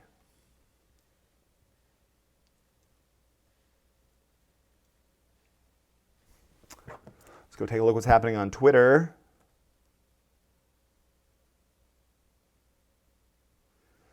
Hey, Katie. How are you? Looking forward to seeing you in Dallas. Hey, teachers, if you're still there, I'm also doing workshops. You can get my teacher resources for free. I'm doing a workshop this summer in Dallas and 2 of them here in San Diego. And the best part is they're macro and micro only. So it's 3 days long and we're just covering AP macroeconomics, which is awesome because a lot of the summer institutes there, they cover both.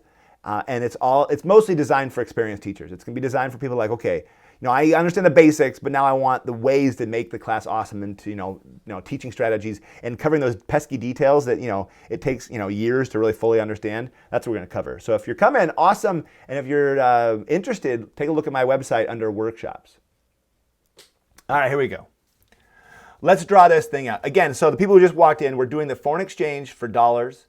If interest rates increase in the United States, what happens to this graph? Well, ladies and gentlemen, it is a double shifter. There's 2 things that are going to happen on this graph.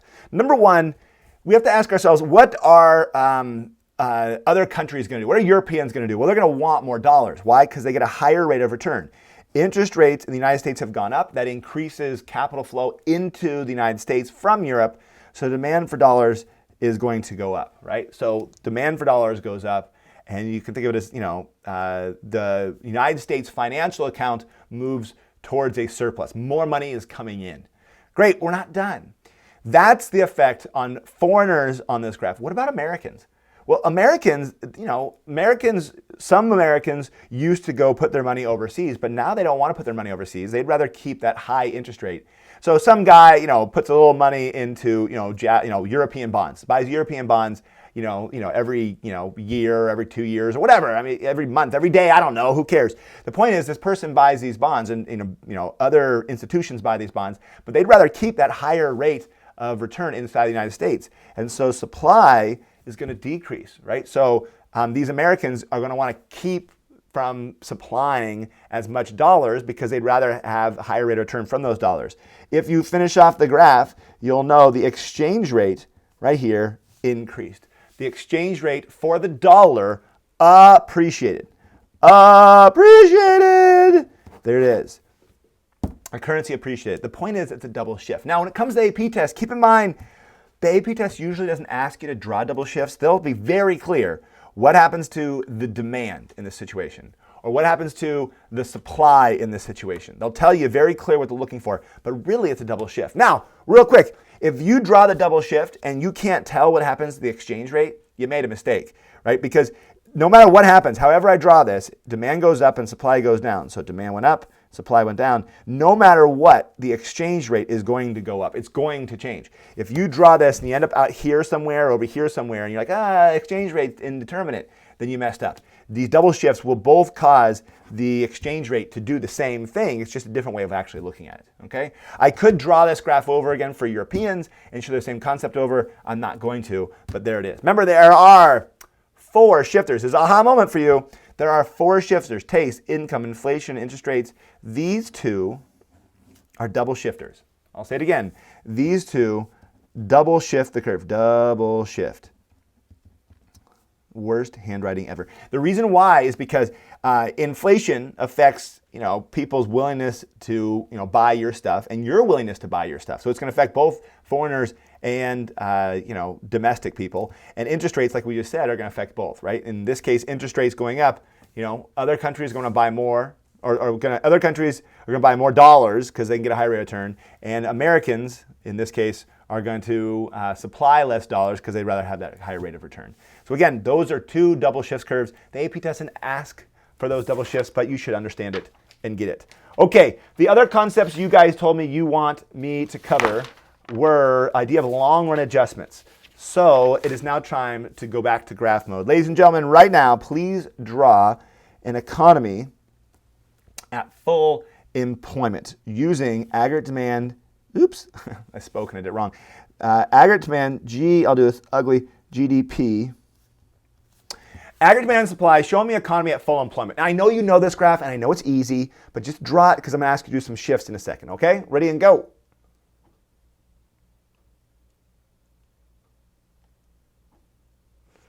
MP, I am going to do balance sheets after this. So MP says, everyone ask him to do balance sheets after this. I promise you I will. I promise you.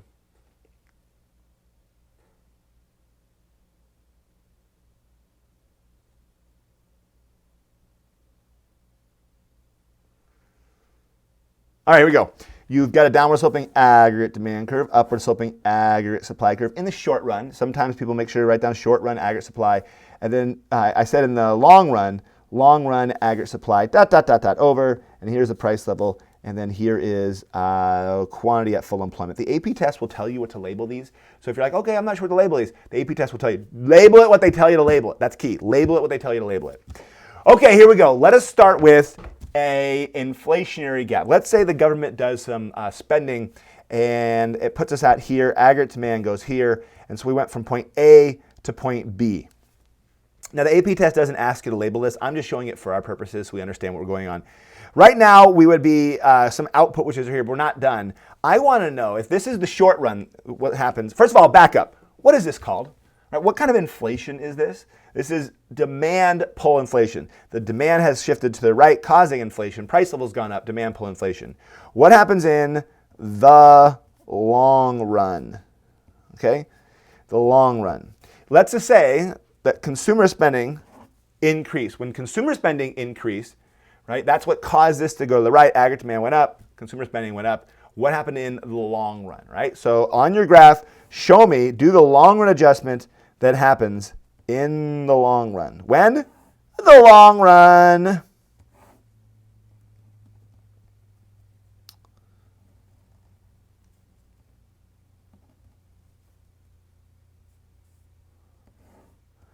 Okay, draw that shift. By the way, those of you guys aren't doing anything, like, nah, I'm not going to do it. It's a problem, man. It's a problem. It's easy, so easy to get like stuck in that mode of being like, oh, I get it, but you don't actually get it, right? You got to practice. You got to practice.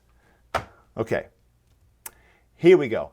In the long run, eventually prices for resources are going to go up, right? Because price level went up, and so prices for resources is going to go up. And wages, more importantly, wages go up. Now, don't write shorthand like this in the AP test. I'm just doing this because I want to make sure we're up and running. So this is prices for resources and wages go up, and that causes the short run aggregate supply to do what? Well, it's going to decrease. Right? You can't produce as much when wages go up. In the long run, the economy is going to overheat. And this is the idea of an inflationary gap. Inflationary gap can happen in the short run, but it can't happen in the long run because eventually the aggregate supply is going to shift right back over here. Short run, aggregate supply is going to shift back, putting us here at point C. That's what's going to happen. So if the AP test were to ask you, draw the economy in the short run, which is easy, then the short run occurs, and then how back in the long run, you would draw this graph out. A lot of times they don't ask you to draw it, they'll ask you to explain it, and you'd say, okay, aggregate supply will shift back in full employment. On the AP multiple choice, they could ask questions like, in the long run, when there's an increase in consumer spending, what happens to the quantity and the price level in the long run? You'd say, well, price level would go up, but the quantity would stay exactly the same in the long run because we're back at full employment, right? What is this called again?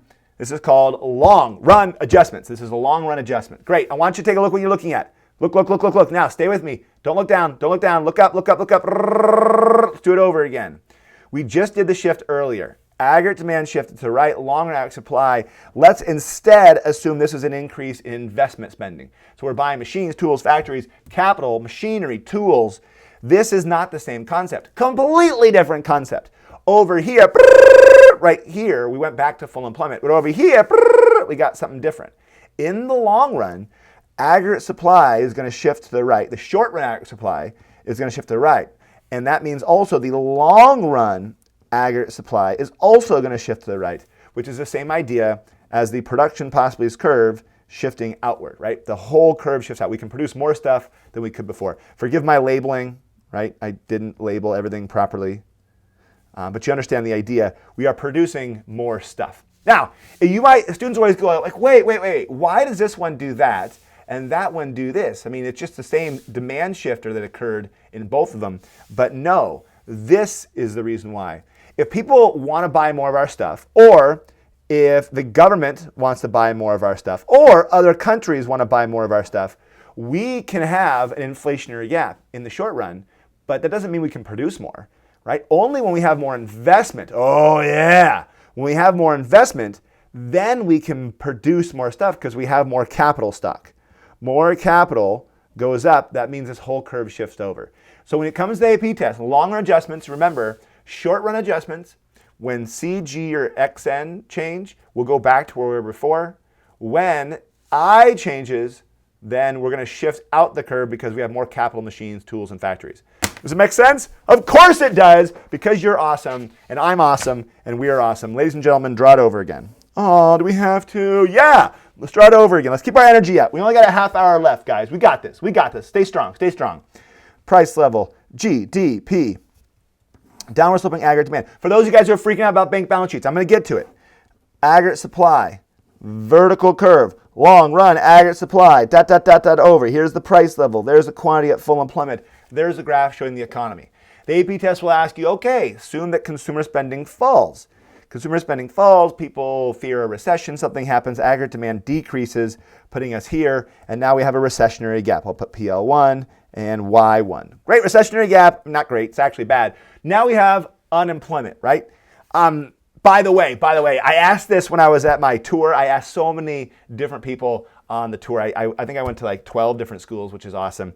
I kept asking the same question, and I think only one school actually got it right straight away. My question is this: at Y1, what type of unemployment do we have? So this is full employment, and we're producing here. So go ahead and answer out loud if you can. What kind of unemployment do we have? What type of unemployment do we have at Y1? I'd love to see your comments, see what you guys think as well. It's not hard. It's just some people just oversimplify it and they don't quite think. What type of unemployment do we have here at Y1? All right, first person has the right answer. Let's find out who it is. Let's keep this thing interactive. All right, it comes in.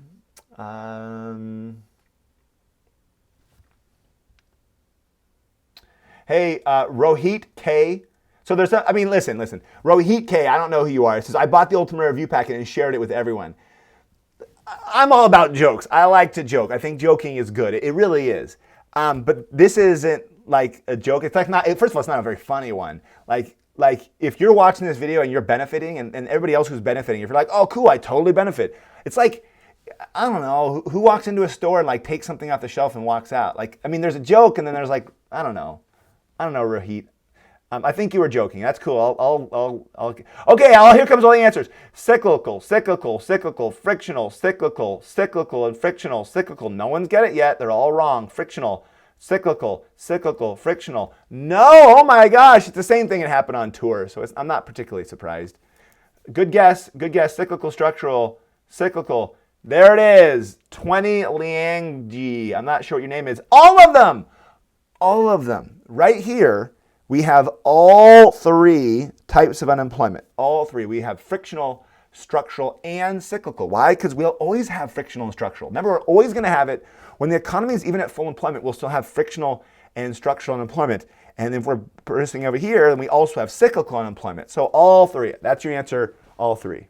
Oh, Rohit K said he was joking. Thanks, Rohit. You rock, man. Okay, sorry for giving you a hard time. Okay. Now we're not done. Let's finish this off. In the long run, ladies and gentlemen, you asked me a question earlier about sticky wages. In the long run, we could use fiscal policy, shift that curve. We could use monetary policy and shift that curve. How to do that? That's other graphs. Or we could wait it out. If wages are flexible, and Keynes said that wages are sticky and they don't really change very often. If wages change, and eventually, because price level fell, price level went down, right? The graph says so. Price level went down. Eventually, wages would go down and prices would go down. What happens to aggregate supply? Well, it would eventually go up. Why? Because you can produce more stuff. if wages fall, in theory, aggregate supply would shift to the right, putting us back at the long run. So this is point A, point B, point C. This is called a long run adjustment. This is if the government does nothing. This is what I think the AP test is going to ask you this year. Remember my predictions? This is the graph that I think they're going to ask you and then have you either explain in words or actually draw out. I don't think they're going to have you actually draw it because there's too many shifts going on. It's easy for students to all mess up. So they'll ask you to draw the initial shift in aggregate demand and then in words explain what would happen to the aggregate supply in the long run. The long run is eventually, in the long run, wages would eventually fall. Why? Because people are out of work. There's high cyclical unemployment. I'm out of a job. You're out of a job. We're all out of a job. So might as well increase. If we're all out of a job, it's, I might as well get a job at a lower wage. Like I used to work for $80,000. Now I'll go get a job for $70,000. And that, in theory, would cause aggregate supply to increase, shift to the right. Now, Keynes said that wages are sticky, that this doesn't really happen. This takes a lot of time to happen if it does. We'd rather have the government do something than sit around and wait. But that's the graph. This is the idea of having no policy. Again, I've gone over these. I made several videos that cover the same concept. There's a really good one that talks about fiscal policy, monetary policy, and then no policy. Take a look at that video. It really simplifies it all and helps you get the concepts. Ladies and gentlemen, by request, because you asked and because you guys are awesome, it is now time to do bank balance sheets. Tell me what you think about that in the comments. Hope you guys are excited. Here we go. Carlos, don't be a jerk. Come on. It's not that I'm, okay, I hope I'm not too old-fashioned, but I like funny jokes. He's trying to write Who Dies in Infinity War, which, by the way, is a great movie. Go take a look at Infinity War. But he's like, oh, here's who dies in Infinity War. I don't get it sometimes, man. I don't get it. Anyways, here's what we're doing. Bank balance sheets. If you're awesome at this, awesome, great. It's time to practice it. So what we're going to do is we're going to practice bank balance sheets. Make sure you know how to do it. I made several videos on this. I don't want to spend too much time on it, so maybe we'll just do one of them, and I'm going to do it super fast. If you need to stop the video or go back and rewatch it, you can do it over and over again. But basically, I rewrote a question on the AP. I rewrote, this is last year's Form B. I made it slightly different. I know it's hard to see. First of all, what is a bank balance sheet? You understand there's assets and liabilities. Liabilities is what the bank owes, and assets is what they own, right? So the people have deposited, demand deposits, people deposited $20,000 into this bank. Let me move this, it's hard to see. $20,000 in this bank. The owners who have the bank have another $5,000 for a grand total of $25,000. If you're reading ahead, then that's a problem. Like, don't read ahead because I don't have enough information, so don't try to answer the question yet. With the $25,000, this bank is holding $2,000 in reserves. They have loaned out $10,000 in business loans, $8,000 in student loans. Maybe I'll get this a little closer. And then they've purchased, the bank here purchased $5,000 of securities. So the bank owns these for a grand total of 25. The key to this is understanding that this has to have 25. If this side is 25, then this side has to be 25. That means it's a bank balance sheet. All right, so here's the questions. The questions you'll see are always kind of the same, right? So I know it's hard to see here. So what I'm going to do is I'm going to take me out of it, which seems a little weird, but I'm going to. So you can just hear my voice. Listen to the sultry sound of my voice. Okay, so the questions are always the same. Before you can answer this question, there's missing information. You got to know the reserve requirement. Now, again, I think this is what they're going to ask on the AP test this year. The reserve requirement, let's say, is 10%. They have to give you that information, and it's key, because if they don't give you that information, you can't answer this actual test. All right, here we go. So, first question. Assume that the central bank purchases $2,000 of government securities from this bank. Calculate each of the following after the open market purchase, right? So here we go. What happens to demand deposits? First question, demand deposits, after the bank buys these $2,000, it stays exactly the same.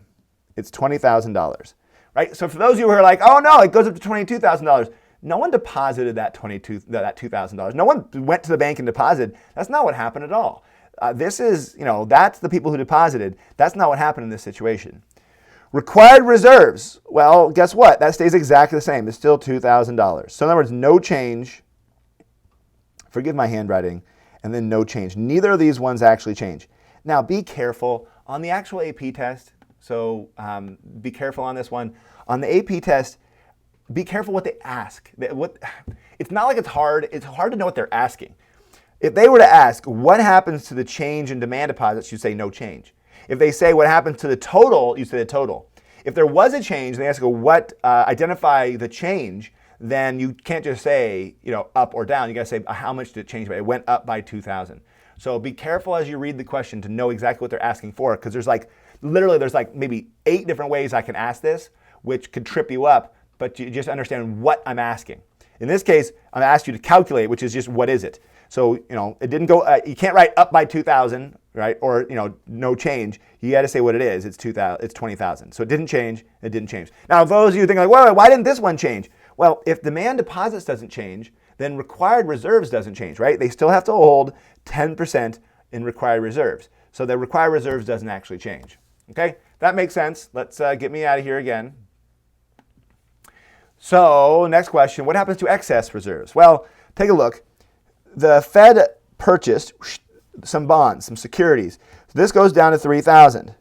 Why? Well, it goes down to 3,000 because it was 5,000. Where does that money go? It doesn't go to demand deposits. Where does it go? Well, it goes here into excess reserves that they can loan out. That's $2,000 that this bank could now loan up. So excess reserves is $2,000 they didn't have before in excess reserves. Remember, this bank actually had no excess reserves before because they were only holding 10%.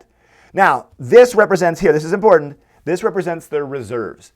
2,000 is required, 10% of 20,000, and 2,000 is now excess reserves that they are free to loan out, which answers the next question. How much can this bank initially loan out?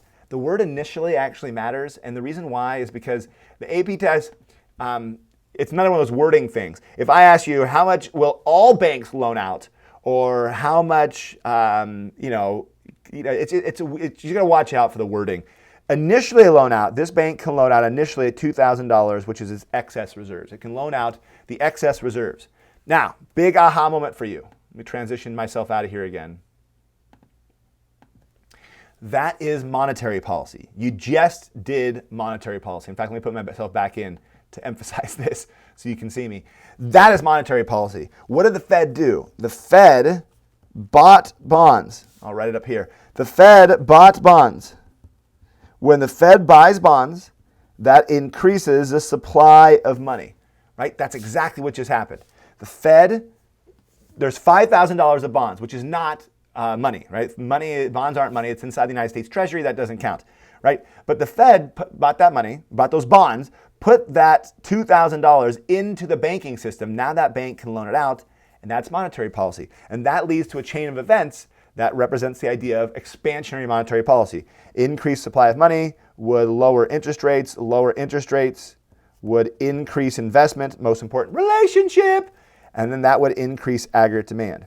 So this bank balance sheet, if you're like, I don't get it, it totally explains all the concepts that you've already learned and can draw on graphs. So all the concepts are all there. All right, last question. This is the one I think that trips people up the most, is what is the maximum change in the money supply? The reason why they say maximum is because they're saying assuming there are no excess reserves. So assuming that banks don't hold any of that money, assuming there's no leakages, the money doesn't go anywhere else. It's not very realistic. No one really does these calculations these ways. The economy is not this perfect.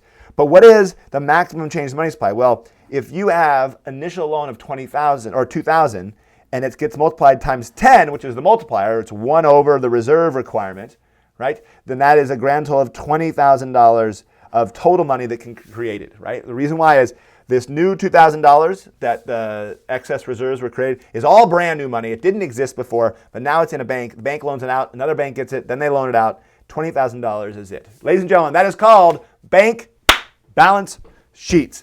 Totally not that hard, dudes. I mean, you got this. It's really not that tricky. And more importantly, I think the biggest thing that students need to do is they need to practice. If you practice, the video I made where I did bank balance sheets, if you practice enough times, you'll see all the different scenarios they'll throw at you. I'm going to ask you a different question. I'm asking another bank balance sheet. I'm using the same bank balance sheet, but I'm asking a different question. The reason why I'm doing this, and I'll label this D. I don't know, what was the other one labeled? So you're not confused. Let's label that D. Okay, I want to teach you another concept about monetary policy with our time here we got left. Maximum is misspelled. That's true. I know. I make a lot of mistakes with that.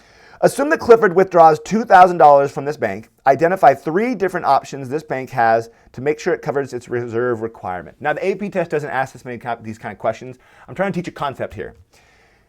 Clifford comes in, that's me, comes in and takes out some money. So I take out $2,000, which lowers this down to $18,000. Now this bank had only $2,000 in reserves, and so now they gave that money to me, right? Uh-oh, that's a problem. Now I took that money, they still need to hold $1,800 in reserves. They have to, right? Because they need to hold 10%. And I'll say the same 10% required reserve ratio. So they have to hold $1,800 in reserves. What are they going to do?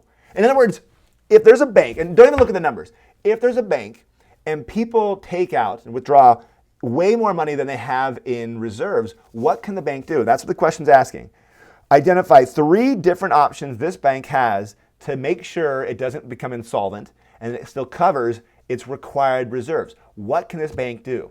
Now, number 1, they can get rid of some of these loans. In other words, by get rid of, they can, cash out or, basically go and say, to the person who has a student loan, be like, listen, I need my money. I need my money right now. They don't really do this very often because, that's a long-term loan. They don't just show up to your house and say, I want my money back. But they can call back some of these loans. Right? That is totally one option. Now, by the way, the AP test wouldn't ask this question. This is too vague. I'm trying to teach a concept. What's the other option they can do? Right? They need some money. They need it quick. Well, they can get it from the Fed. They borrow from the Fed. What is that concept? Well, who decides how much the Fed charges as an interest rate? Well, the Fed does. And what is that interest rate? That is called the discount rate. The discount rate is the rate that the Fed charges banks for borrowing money for overnight loans. They can charge 10% or 20%. If they charge really low interest rate, it's easier for banks to give out loans and to have more money and to basically, it's easy money policy. It's easy for them to loan out more money because they don't have to hold as much in excess reserves because they know if people take out all their excess reserves and all their required reserves, then they can go borrow from the Fed, right? But if it's really expensive, it's, they think, we might as well hold some of our own money in excess and required reserves and hold it in reserve because, it's really expensive to get it from the Fed. That's called the discount rate. What's the other option, ladies and gentlemen? Well, they could borrow from who? Don't say the government. No. Borrow from other banks. If they borrow from other banks, that's called a different concept. It's a different rate. That's called the federal funds rate. Federal funds rate. So banks will loan to each other for overnight loans. And so instead of borrowing from the Fed, this Fed might go to another bank and say, listen, I want to borrow X number of dollars from you to cover our required reserves until we can get some of these loans called back or something like that. The reason why I'm showing you this, if you're wondering, is this bank balance sheet, although it seems like confusing, really explains a lot of the key concepts. It explains open market operations, right? Watch this. This was open market operations I showed you earlier, right? We said the Fed bought $2,000 worth of bonds. This idea shows you how money gets created in the system. It also can show the idea of the discount rate, right? And how increasing or decreasing discount rate will increase and decrease the amount of money that banks decide to loan out. And it'll show you the reserve requirement because we'd started off with that reserve requirement. That change in the reserve requirement can change all these numbers, how much banks have to actually hold. And it also shows you this idea of the federal funds rate, which is the target rate that the Fed looks at when they're deciding how many bonds and open market operations to actually do. Okay? Does that make any sense? Am I making any sense? I know I'm rushing it. I know I'm going fast. But remember, this is not designed to teach you concepts. This is designed to be, okay, remember this? You remember this? You remember this? If you don't, I got like a ton of videos that'll help you remember and help you get it. So keep that in mind as we move forward. Okay, ladies and gentlemen, I am back into answering your questions here. Thank you. Yeah, it does. That's funny. Okay. Well, no. Someone asked me a good question. This is a really good question. She said, is calling back loans the same thing as selling bonds? Not necessarily bonds. They could have called back these business loans. They could have called back, I guess you're not looking at what I'm looking at. They could have calling back loans means they get the money here somehow, right? Calling back loans means they call the business and say, hey, send us some money. They call a student and say, hey, send us some money. Or they call a government and say, listen, send us some money, and they're selling the bonds to the bank. So yes, in a way, that could be what it is. But that's one option. The other option is to borrow it, which is a different concept entirely. Okay, does that make sense? All right, back to your questions. M1, M2, it's a definition. So when we talk about money, we talk about things that have three characteristics. Right? You got to make sure you know them. Number one, they're a medium of exchange. Money is used to buy things. Number two, a unit of account is used to measure, and a store of value. So understand that concept. The reason why your phone isn't money, like the reason why it's not money, this is not money, is because if you go to a pizzeria and you say, hey, I want that pizza, and they say, okay, sure, and you go, okay, I'll trade you my phone for it. Like, here's my phone, can I have the pizza? They probably won't accept it. They probably like, oh, what's wrong with your phone? Like that's not money. So money is things that is acceptable and that people can use as a medium of exchange, and that's why cash, clearly money, and checks are clearly money. People will accept a check from you. Like, here's a check. Oh, I have a check. Okay, yeah, I'll buy it from you. Whereas other things that are near monies, M2 money supply, are things that are easy to transition over to money, but they're not actual money. So stocks, not money. Bonds, not money. Assets like a home or a car or a video game, not money. Your phone is not money. These are all assets. Money is things you can be used to buy goods and services with. Call it medium of exchange. Someone kept asking about crowding it out, and I did say I was going to cover. Didn't I say I was going to cover crowding out? Crowding out is not a hard concept. It's when I said to make sure you know it, what I meant was make sure you know kind of the definition of what it is. Really quickly, let's talk about the loanable funds market. So here is the loanable funds. This is the real interest rate. And this is the quantity of loans. We said before the demand is by investors, or borrowers. The supply is by lenders or savers, and they come together. Here's the interest rate, real, and the quantity of loans. Crowding out is a simple concept. The government comes in and they want to borrow. Say, they're deficit spending, they want to borrow, and when they borrow, that increases the demand for loanable funds. That increase in demand causes the real interest rate to go up. Now, why does that matter? Well, if the real interest rate goes up, that causes investment to go down. Relationships, right? So higher interest rate leads less investment. Basically, what the government's doing is they're crowding out investors. They're crowding out businesses that would normally, so I'm a business. Hey, I'm a business. I'm thinking about getting a new factory. I'm going to put a new factory. The government borrows all this money, increases interest rates, and then now I'm like, oh crap, I'm not going to get that factory anymore because interest rates are just too darn high.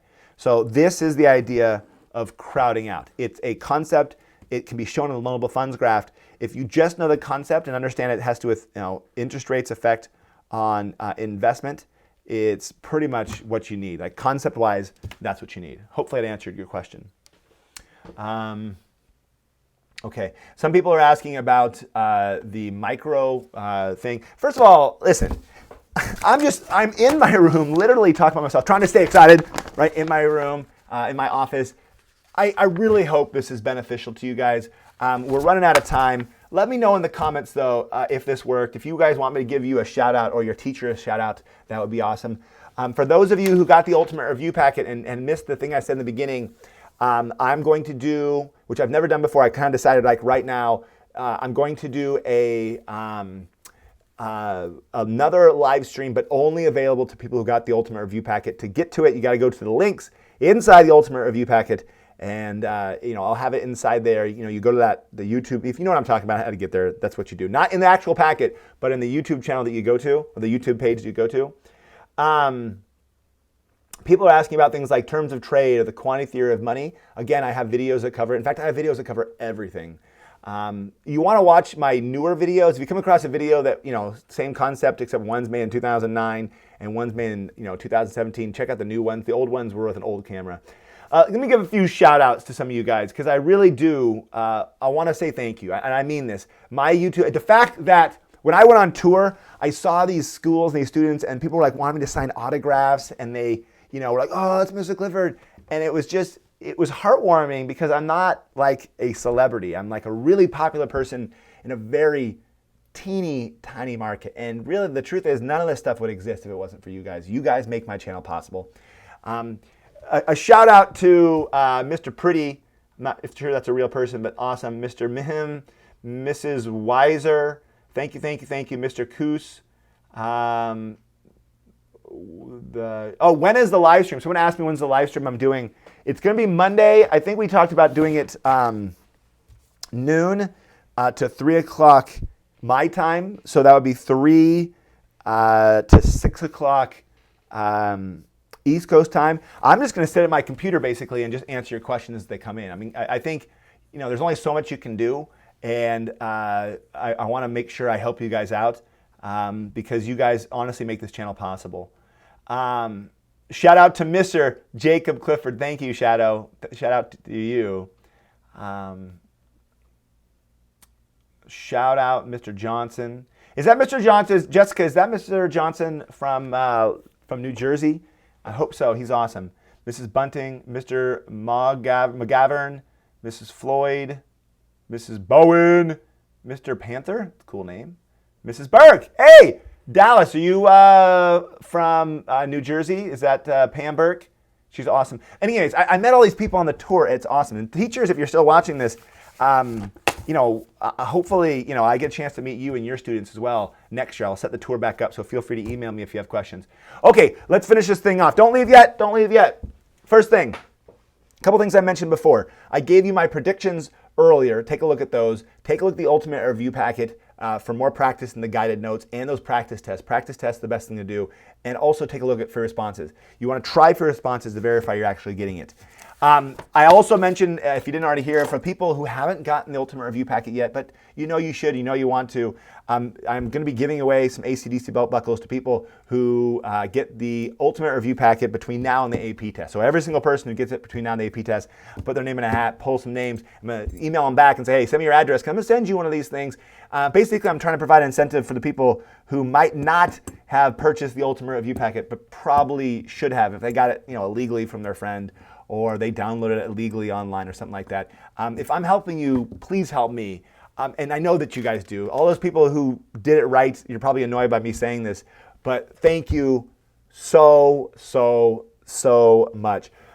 You guys, I hope this was worth your time and your energy and worth your opportunity costs. I love doing this stuff. Econ is awesome. For you guys heading off to college, please take more econ classes. Obviously, you want to pass this AP test, but take more econ classes because there's so much more to learn, right? There's so many more concepts that you're going to have to learn because economy is not this simple. It actually is way more complex, and it's going to take a lot for you to apply and understand and get.